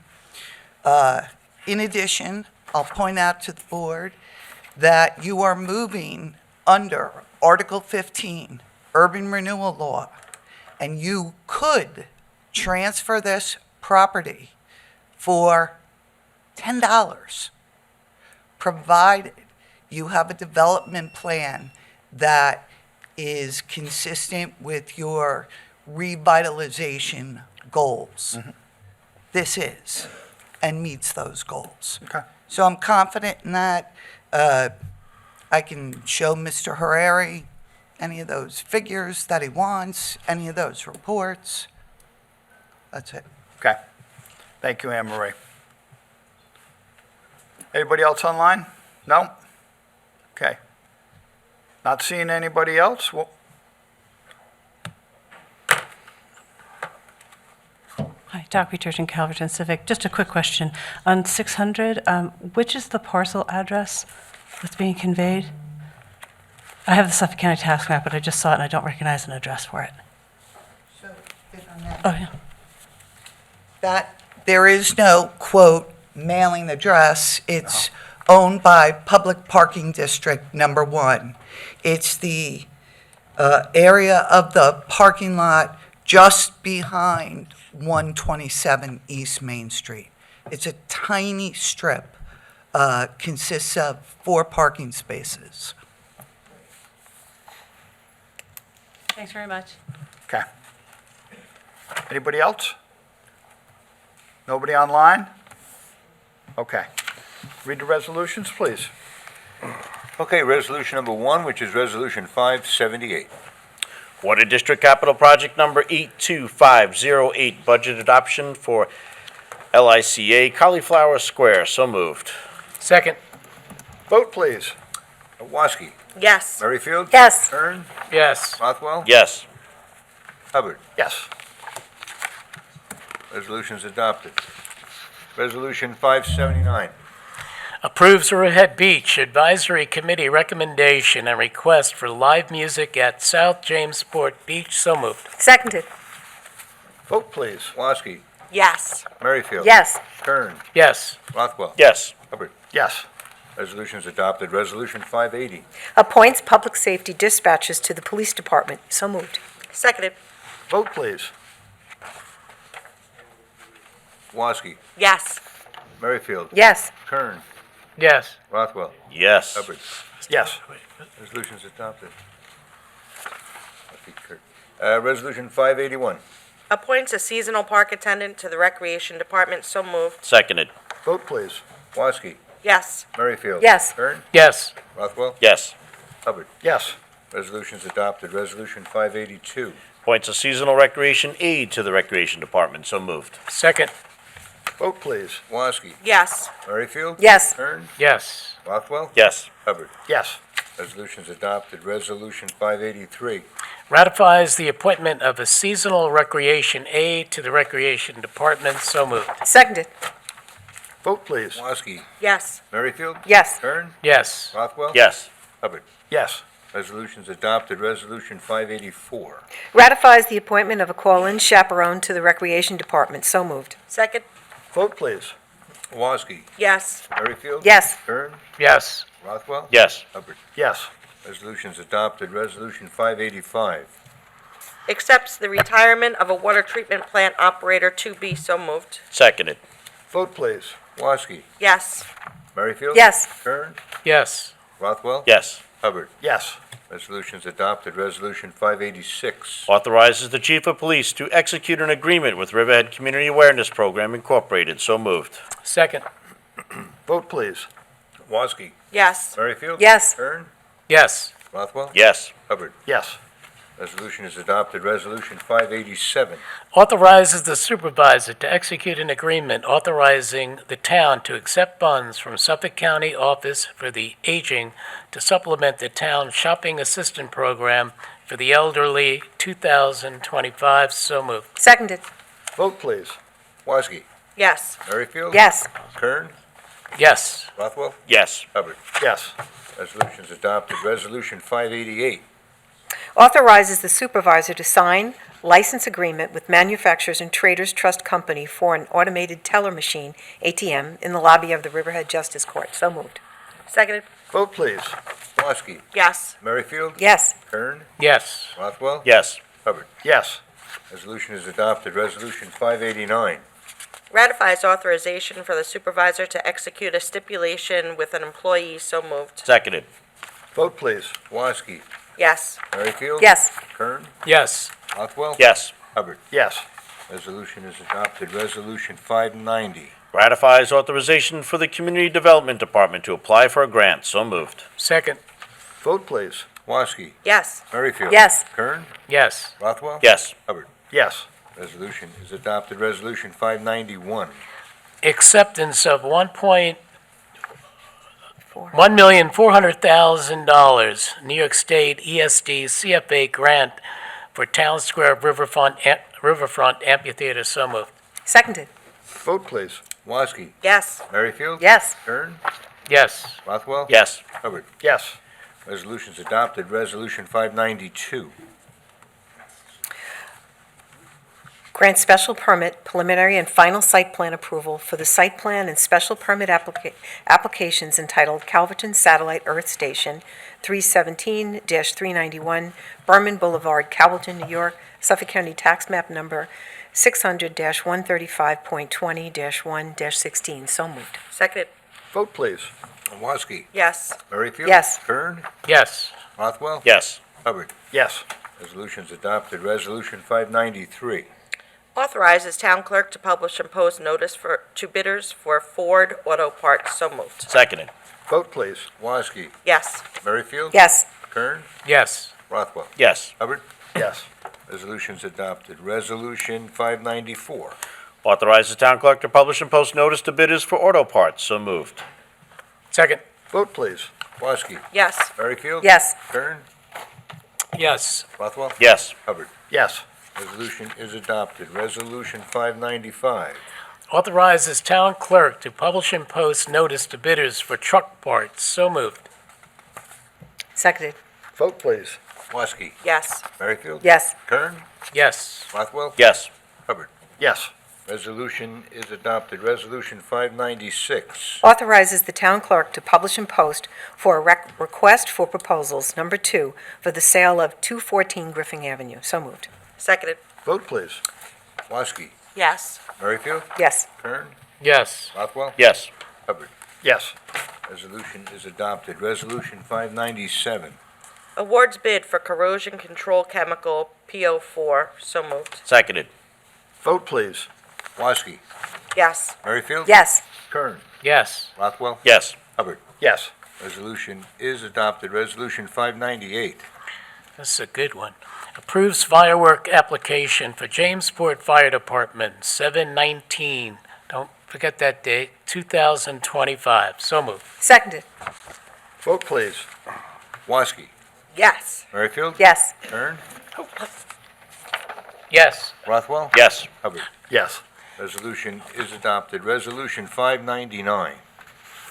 Resolution calling for a public hearing on the Town of Riverhead as legislative body for the Town of Riverhead and governing body of the Community Development Agency, designation of J. Petroselli Riverhead Town Square, LLC, as a qualified and eligible sponsor for the purchase and development of a portion of a town-owned property described as Suffolk County Tax Map Number 0600 129 1, lots 13, 14, 15, and Suffolk County Tax Map Number 0600 128 6, 86.1, located on the south side of Main Street, Riverhead, New York. So moved. Seconded. Vote, please. Woski. Yes. Merrifield. Yes. Kern. Yes. Rothwell. Yes. Hubbard. Yes. Resolution is adopted. Resolution 600. Resolution calling for a public hearing for the Town of Riverhead as a legislative body for the Town of Riverhead Parking District Number 1 to convey a portion of property approximately 2,785 square feet described in Suffolk County Tax Map Number 600-129-1-P/O23 to the Town of Riverhead. So moved. Second. Vote, please. Woski. Yes. Merrifield. Yes. Kern. Yes. Rothwell. Yes. Hubbard. Yes. Resolution is adopted. Resolution 601. Adopts a local law to amend Chapter 289 of the Riverhead Town Code titled Vehicles, Traffic, and Parking Regulations, Section 10 thereof, Parking Prohibited. So moved. Second. Vote, please. Woski. Yes. Merrifield. Yes. Kern. Yes. Rothwell. Yes. Hubbard. Yes. Resolution is adopted. Resolution 602. I'll clap. 602. Pays bills. So moved. Seconded. Vote, please. Woski. Yes. Merrifield. Yes. Kern. Yes. Rothwell. Yes. Hubbard. Yes. Resolution is adopted. Resolution 603. Approves fireworks application for Island Water Park, 7.5.2, that's July 5th. July 5th, 2025. So moved. Seconded. Vote, please. Woski. Yes. Merrifield. No, and I'd just like to state why. I'm not opposed to this business having fireworks. I just ask that they comply with the town code and the regulations we have in this town.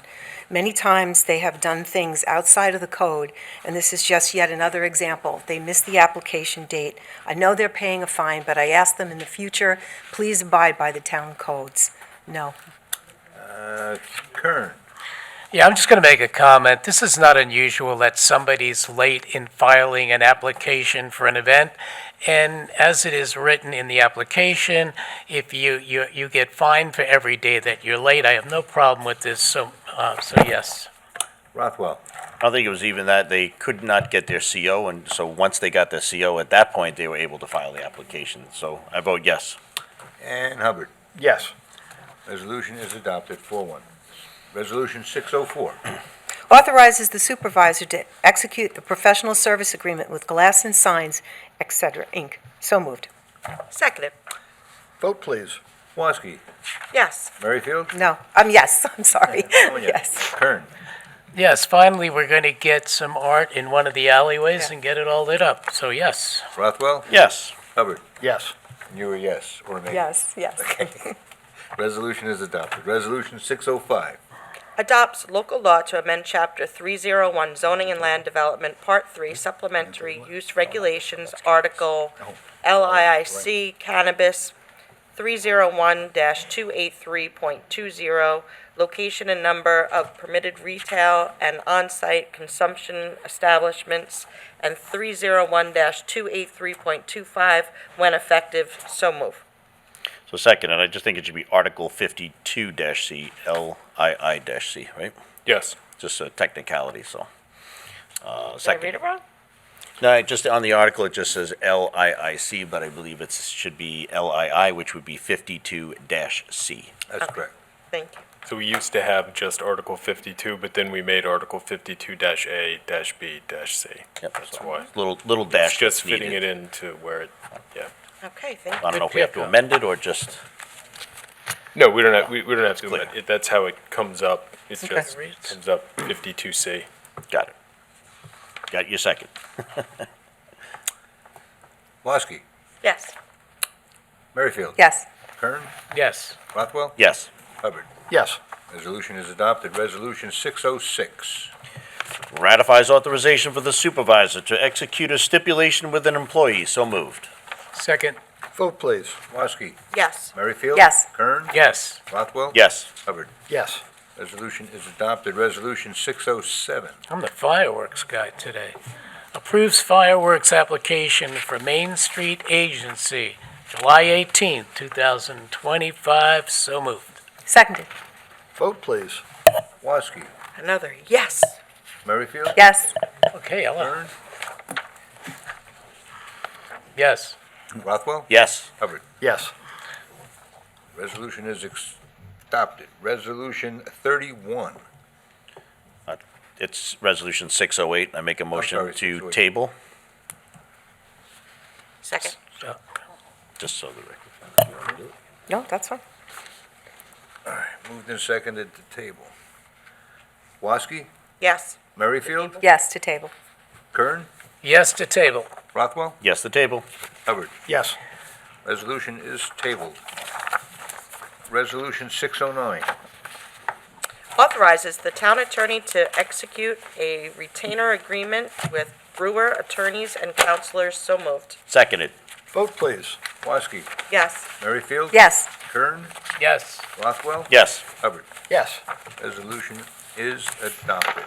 That concludes the resolutions. Okay, that's it on resolutions today. Now we're going to open up the comments from the public on any matter. Comments on any matter. Hi, Taki Turshin, Greater Calverton Civic Association President. Couple questions, easy ones. Number one is the arson investigation completion timeline for Crown. Do we have that timeline? Nope. Still active as far as I know. I haven't heard anything different. Okay, and that's Suffolk County running that, correct? Correct. Yes. And then the cleanup timeline for the same property, it had a 2-week timeline. It began June 4th or 5th, so it should have ended somewhere around the 18th or 19th. Is that accurate? I believe they were given an extension on that to, I think, this coming Friday or last Friday. This last Thursday. That's the last I heard. It was last Thursday, the Okay. extension. So what was that date? I believe it was last Thursday, and I had a conversation with Liam Keating in the fire marshal's office yesterday, and he indicated that he spoke with the DEC, and they told him that they had completed their cleanup and were clear to resume operation. Okay, so that was a roll of the eyes from me.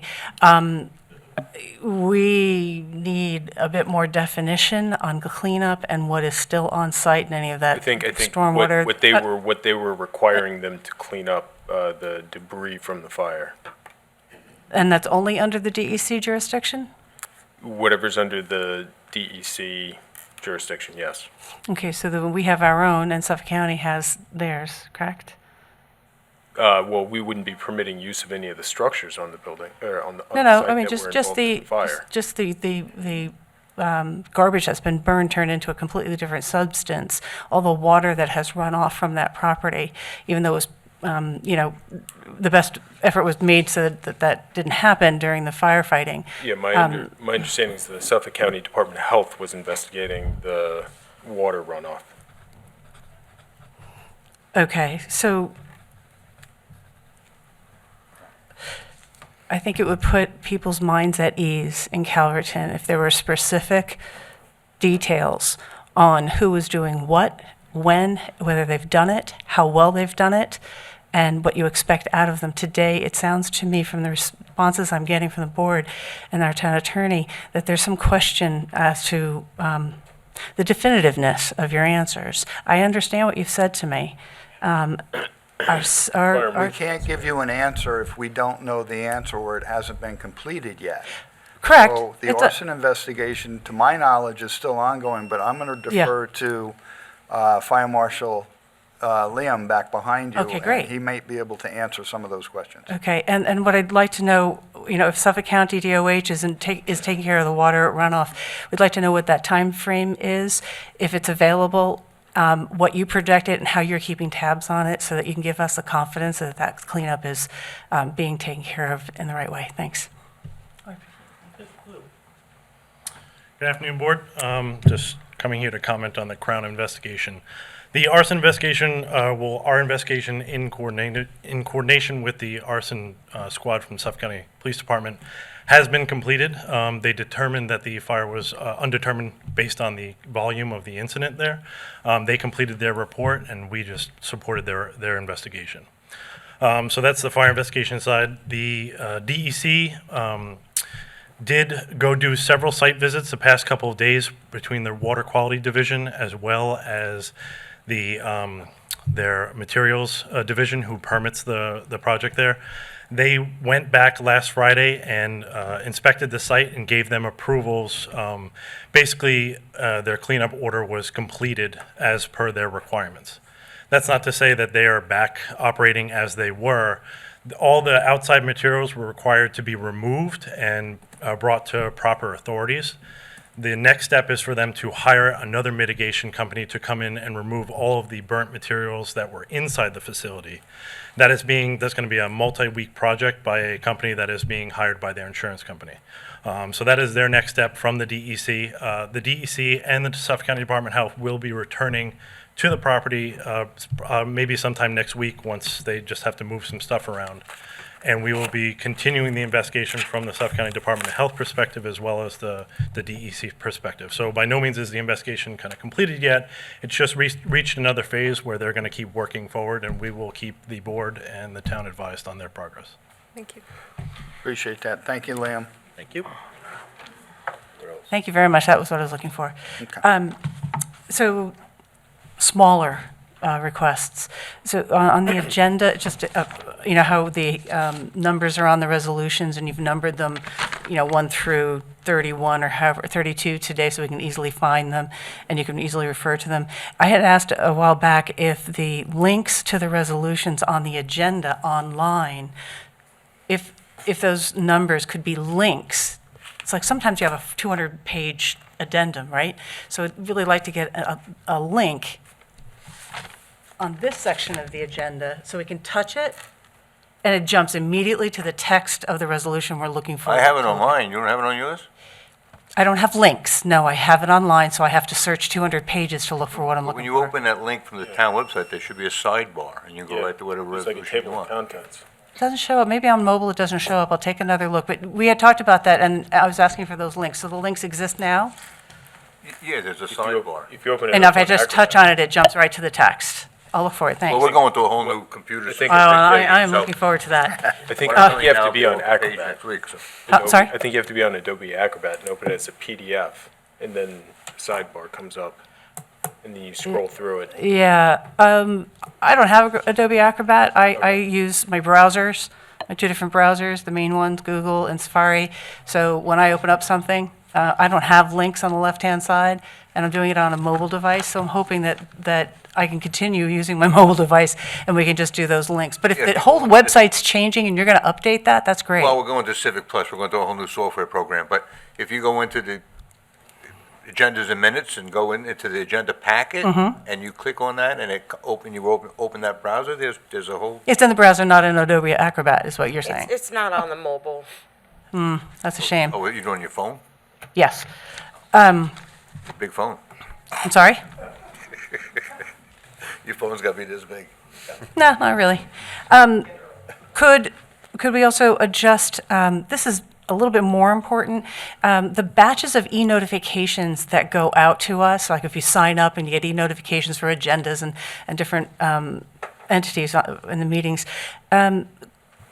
Could we adjust the batch sending time? So for instance, there's a batch sending time of 5:01 p.m.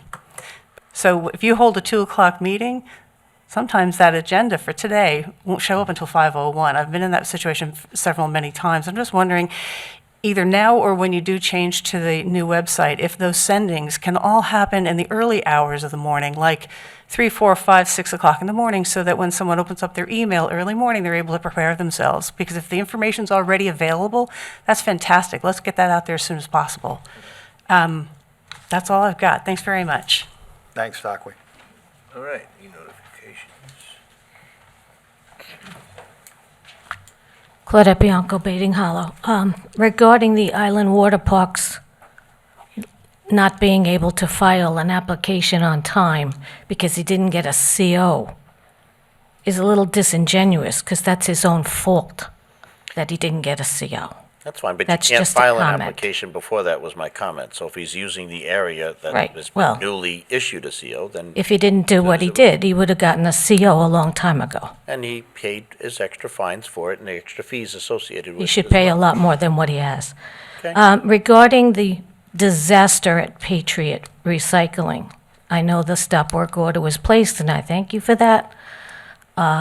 Is there any plan on asking him or requiring him to clean up the landfill that he's created with the garbage and the rats the size of a cat? Well, they're out there multiplying in our neighborhoods. That trash needs to be taken out, and he needs to reclaim that property the way he found it. Is there a plan to do that? Anybody? Is that the Youngs Avenue site? Patriot. Patriot. Yeah. Oh. If there's rats out there, it's. There's town been code rats violation. since he's been trucking in trash. It's a town code violation if you have excessive vermin on site. So if that's something that code enforcement needs to investigate, that can. I'm surprised they didn't see it when they were out there, because they're out there. Yeah, they didn't report seeing that. It's possible they didn't. They come out at night mostly, but they need to remove the trash that they hold in here from Oceanside. They need to reclaim that property and make it pristine the way he bought it, because it's not a tree farm. And thank you for what you did for us. Regarding the pickleball courts up at EPCAL, the courts themselves need repair. It was brought to your attention. You got letters. Is there a plan to repair it Yes, soon? as soon as we can. Okay, thank you.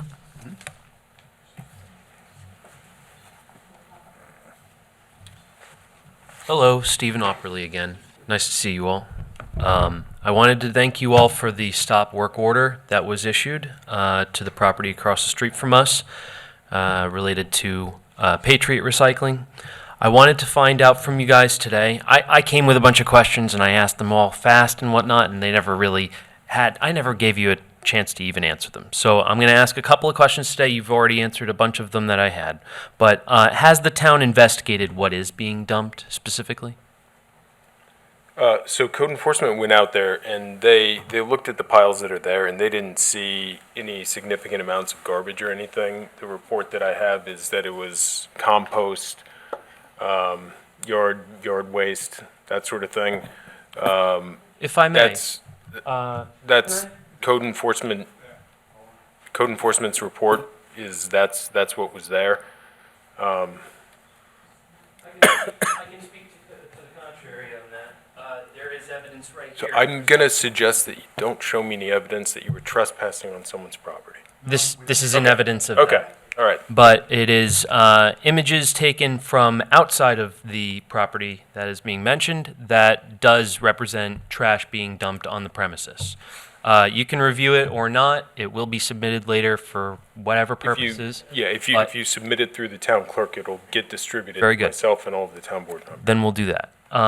Now, that being said, since you guys don't know what's in the material, because it doesn't sound like it's actually been properly looked at. I would recommend that you also send whatever pictures you have to the DEC. I'd be happy to. And it sounds like they'll be back next week, so I'll I'll be able to meet them near the property and speak with them. And then, since you guys don't know the material, I'm not going to ask you a bunch of these questions yet. I understand their permit was issued April 24th, 2025, and in order for such a permit to be revoked, Patriot Recycling would need to exceed the terms of use. Has the town received reports from code enforcement regarding their use? So we did. We sent a letter revoking that permit. Okay, understood. Through the planning department. Thank you. That's good to know. And then on the topic of Crown Recycling, I'm glad that the traffic concerns have been heard and are being attended to, so thank you for that. I'm happy to hear that the water quality is being assessed, and I would like to know more about how that is going to unfold. Perhaps the gentleman who arrived to inform us of the fire investigation might also speak to that. That being said, I would be curious to know how this fire started. It's my understanding that early reporting on this topic stated that the facility did not have any smoke alarms whatsoever. I want to know if this is true, and if so, why, and why that was allowed. And I would like to know if the town will enforce fire codes to ensure public safety for whatever is the future fate of that space. And then, what is the fate of this facility? Will it be demolished? Does anyone know? That would be up to Crown. With respect to whether there were fire alarms or not, I don't know with certainty the answer to that question. What I would say is that if they didn't, it's because they existed prior to the fire alarms being a requirement for that type of structure. Any reconstruction of the structure will now be required to comply with New York State fire and building codes. Understood. Which will include smoke detectors.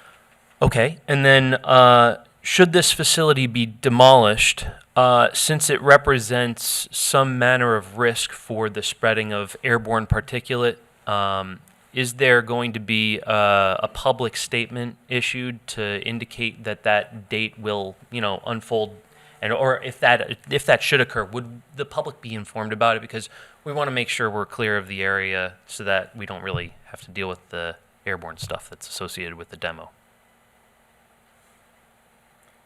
If they're not going to reopen, are you asking? No. If Because the is the- cleanup's I don't know gonna if be you've a seen the process facility, that's but it going on for some time. I didn't mean to speak over you. Please continue. The cleanup's going to be a process that's going to go on for some time. Right. Yes. But you're saying if they get shut down or if they decide not to continue business, and that has to be cleaned up, is that what you're referring to? Well, the standing facility, I understand they're doing a good job of cleaning it up. It looks like in terms of just collecting everything and moving it to some other place. But that being said, the structure itself is not in good shape. I don't know if you've been down there. I don't foresee it staying upright. And if you've seen a metal structure collapse before, there's a bunch of airborne particulate due to that event. So I just want to make sure we're on top of when that happens, because it doesn't look like it's going to stay there. That's my supposition, obviously, but should that happen, could the public be informed about it so that they can make the choice of whether to be around or not?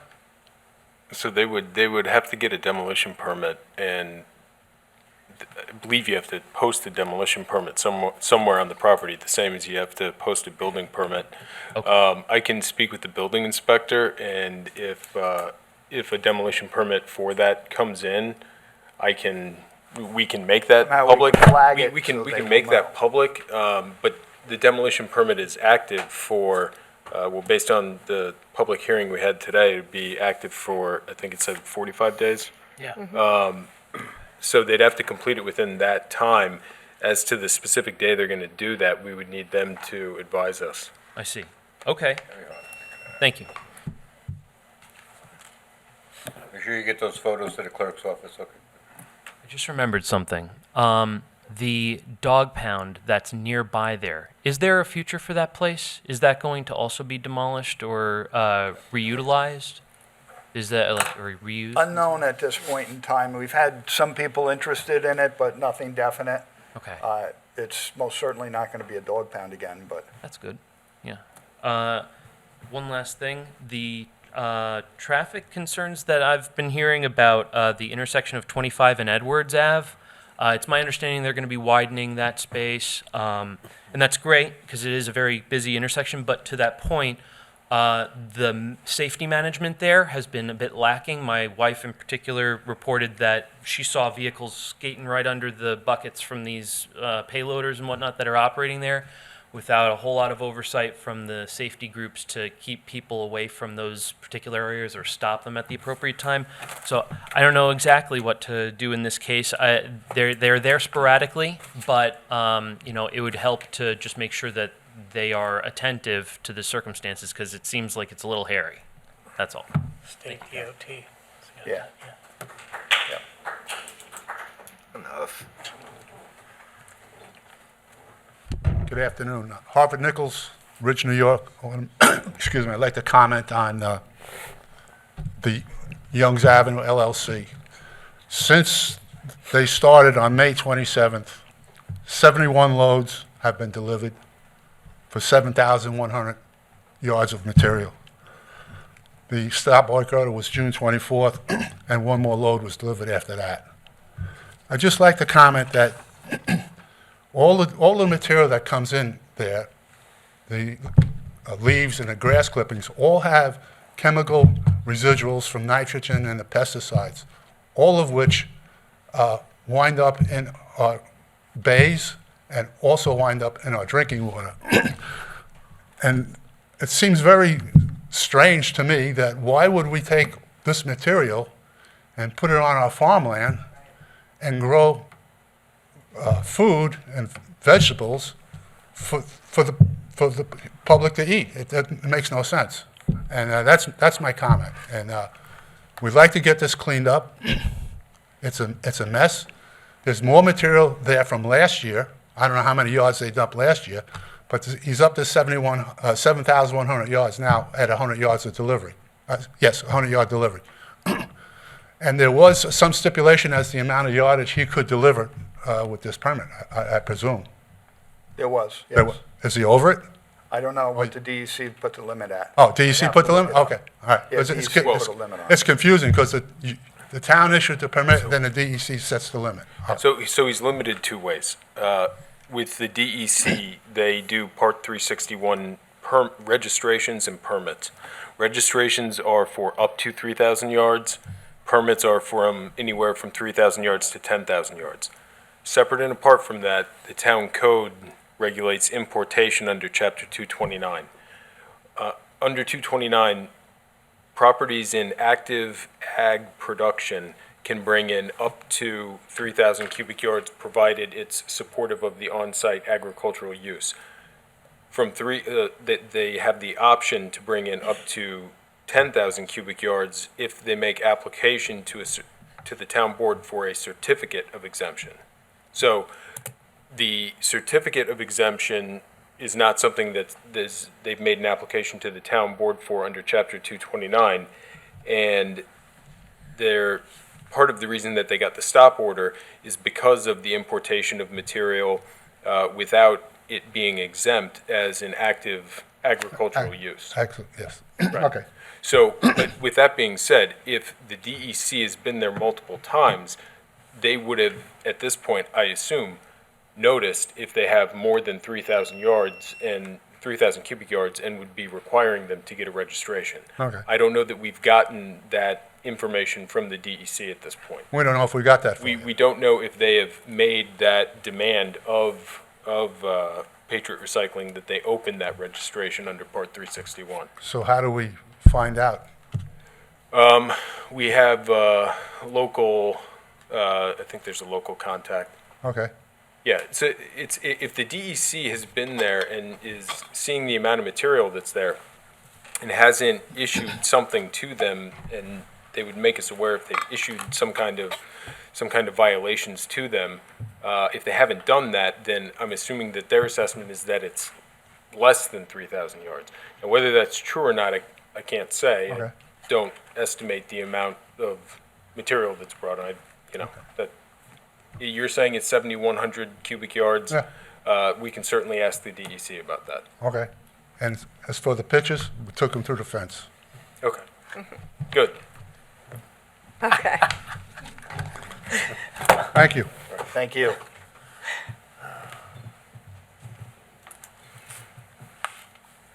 Kevin Degnan with Vets Park Pickleball. Coming after that, I feel this is sort of trivial. We did write some letters last month to advise you about the situation. I assume you guys had the opportunity to read it. I was just wondering if there's anything definite that's going to be done. We are searching for funds to have them redone. Okay. Now, I was here last year, and I advised you that we have a Team Reach group that organizes our group, and it was at 160 people last year. It's up to 267. And I know this is not for now, because I know you guys have a lot of financial challenges going on, as well as they're totally much greater than our surrounding towns. Our surrounding towns have been building pickleball courts like crazy, so it's something, if money becomes available, if you would consider more pickleball courts, especially at Vets Park, because the dedicated pickleball courts does attract people.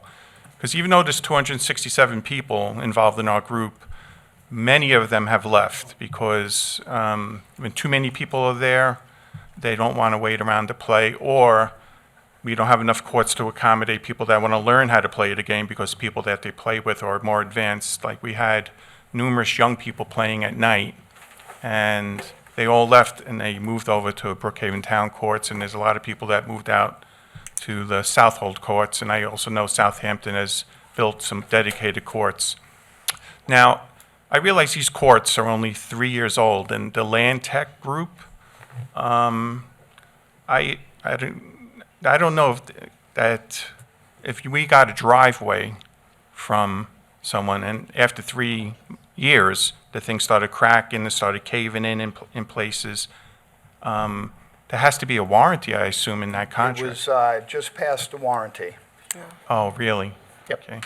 Now, I said the same thing. These courts are so new, they shouldn't have to be repaired yet.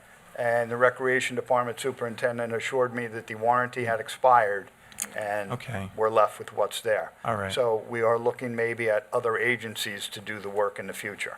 Okay. Yeah, because I called the Recreation Department in the fall and advised them of this, that if we go through another winter, just like your driveway, the cracks get bigger, and they're a lot worse now. And we have a really committed group of people that show up mostly senior citizens, and then the teachers join us. But more and more people are coming, but they're being turned away because we just don't have the accommodations. But I'm concerned of just keeping what we have in good shape, because the more it's left unattended to, it's going to become more and more expensive. Even this week, one of the cranks that hold the net in place was broken, and we sort of did a temporary fix on it.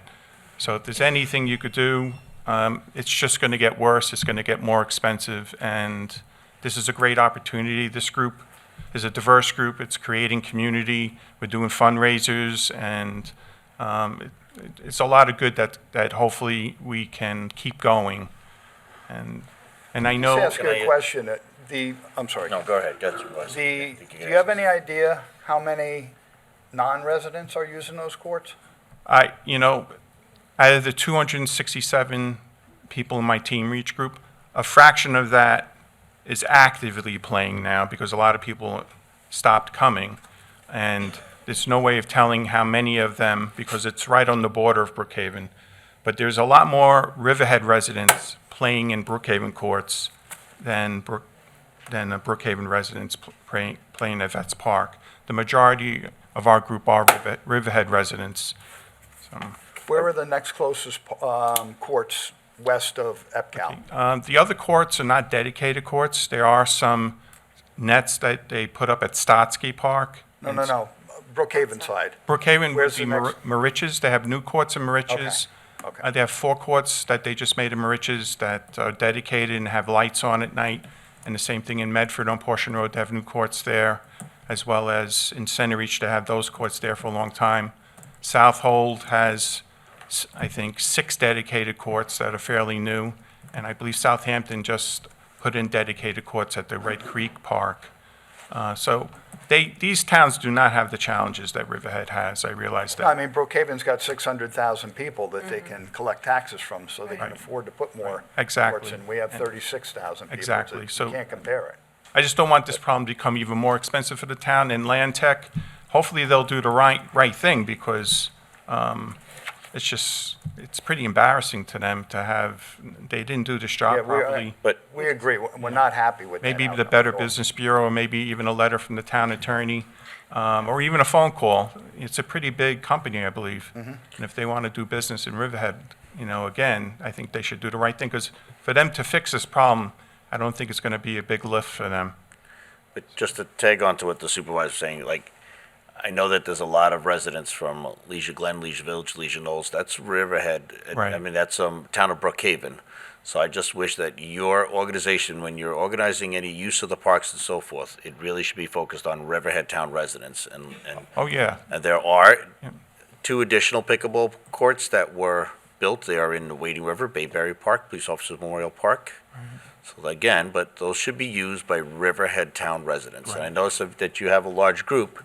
My concern is that not all of them are, in fact, Riverhead town residents. And Yeah, it's, we appreciate, I'm sorry. no, so like really Brookhaven needs to focus on having some up there in the seniors area of Leisure Glen, Leisure Village, Leisure Knoll, that's town of Brookhaven. So I would hope that the town of Brookhaven would step up and build some pickleball courts in that region. I'm pretty familiar with everyone that's playing presently, and I don't think there's anyone that comes from those senior citizen communities, but Bayberry Park, we appreciate putting the lines there, if there's any way we can get nets there, because right now we have no nets there, and maybe the recreation department, even at Stotsky, and Jamesport, they maintain well. Stotsky, the nets get a little beat up, but for the most part, the dedicated courts are what is used mostly in the outside towns and at Vets Park.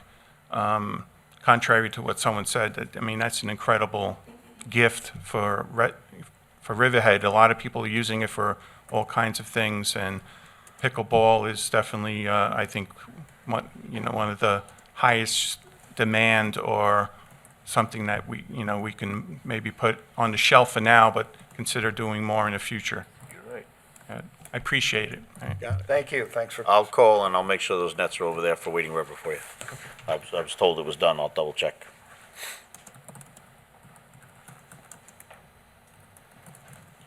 Hi, Bill Donnellan from Baiting Hollow, pickleball player. I'm just here to second what Kevin said, and I think Claudette earlier. You guys had the foresight, the town had the foresight to build them years ago, and I'm just asking that you maintain them. 28% of the population are seniors, and that's who mostly plays.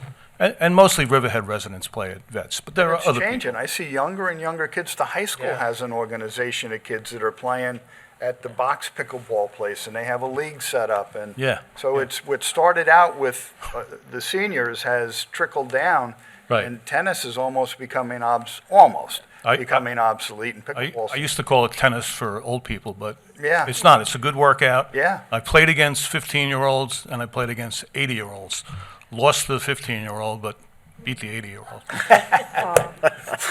So that's just my comment. I appreciate it. Thank May you. I speak?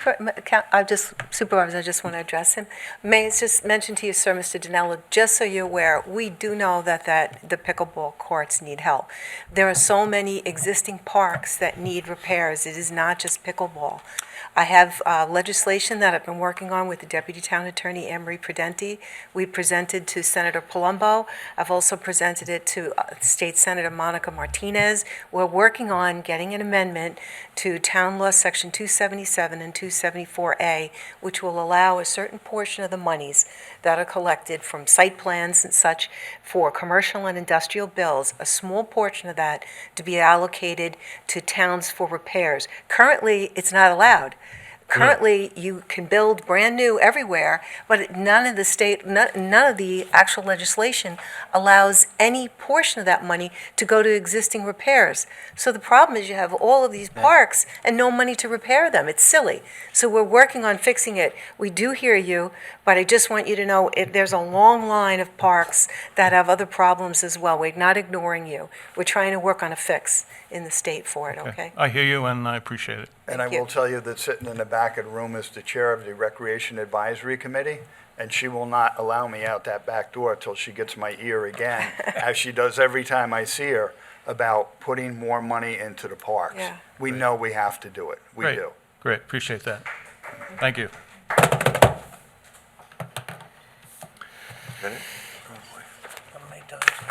All right, Takwi.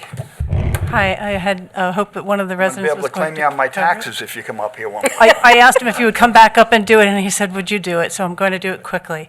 So there's a thank you, right, for what you've done at Patriot and revoking that permit, that use permit.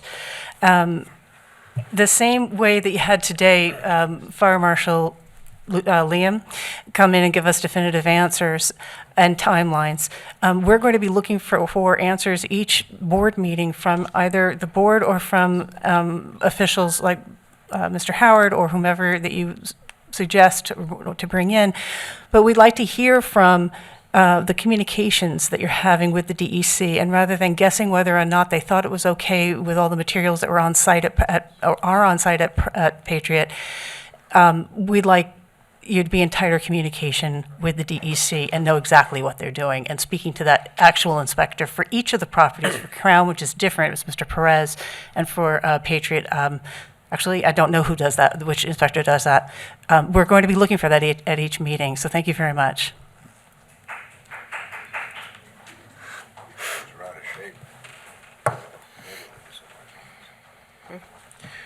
John McAuliffe, Rolling Woods. Quickly on the Patriot question, I never heard an answer to Claudette's question about whether it's the intention of the town to try to force them to clean up their mess. They obviously got in with a certain level of disingenuity, and it's nice to protect their property rights, but I think you need to protect the rights of the town and force them to put the land as it was. I didn't want to get into a debate with Anne Marie on the resolution, but I do think that I will spend some time with her and try and understand fully the history. From my reading of the discussion of the use of the town square, you guys and women, the board, in work sessions and in private conversations may have come to a conclusion, but I don't think there's any record of public affirmation that that's what people want to have in the town square. I don't think if you look back at the record of the way people put notes on the board and the comments at different meetings, that that process had mostly happened, and certainly the 5-story rather than 4-story rather than 2-story was not, I think, adequately discussed, and I hope that will be part of our discussion at the hearing. Mr. McAuliffe, I think that that has been discussed a lot. There has been so much public engagement. So many stakeholder meetings. No, I think if you look back, I mean, I'll sit with Anne Marie, but I think there's actually not been stakeholder meetings where the 4- and 5-story hotel and condominium, but I could be wrong. And You I'll are. sit You are down. wrong. You are wrong. I will sit down, but I can't find a public And we've record. told you this time and time again, but you keep coming up here Well, and saying because I it's can't not. So find, They were addressed in the comp plan, and that's when everybody was putting stickers up and town board room was packed. That was during the comp plan, and 4- and 5-story buildings were absolutely discussed during for a the comp plan. hotel and condominium, my memory is there was a lot of negative things in that comp plan meeting, but again, that's data that can be examined. Mr. McAuliffe, Councilman Curran and I were on the steering committee for the comp plan, and it was discussed almost every single meeting. It just wasn't one determination by one person to say, oh, we're just going to say there's going to be 5 stories. It was all the research. It was the public engagement. This has been. All right, well, I'd be happy years to and be years. proven otherwise. It's just I can't find a record of it in terms of public. You're going to be very happy when your conversations. friends come and they have a place to stay, because there's no hotel inventory out here. You know. Well, You know that. again, that's a data question, and I think some people feel that there is adequate space, but again, the question is what. that Feelings space- aren't facts, John. What that space should be used for. The last thing I wanted to say is that in a larger sense of things, and the police chief may be able to give us some insight into it. If you've been following the media, you know that ICE is a bit out of control. There was a story yesterday of a Marine veteran who's wife with a nursing baby. She was pulled out of a hearing, and getting the baby for her to nurse has been a problem. There was the story 2 days ago of the man with the 3 Marine veteran, 2 still in the Marines, 1 as a veteran, who was pulled. He was weed whacking and was pulled with some force into the vehicle. I don't know. There is an effort on the East End. Ola has organized it to try to monitor.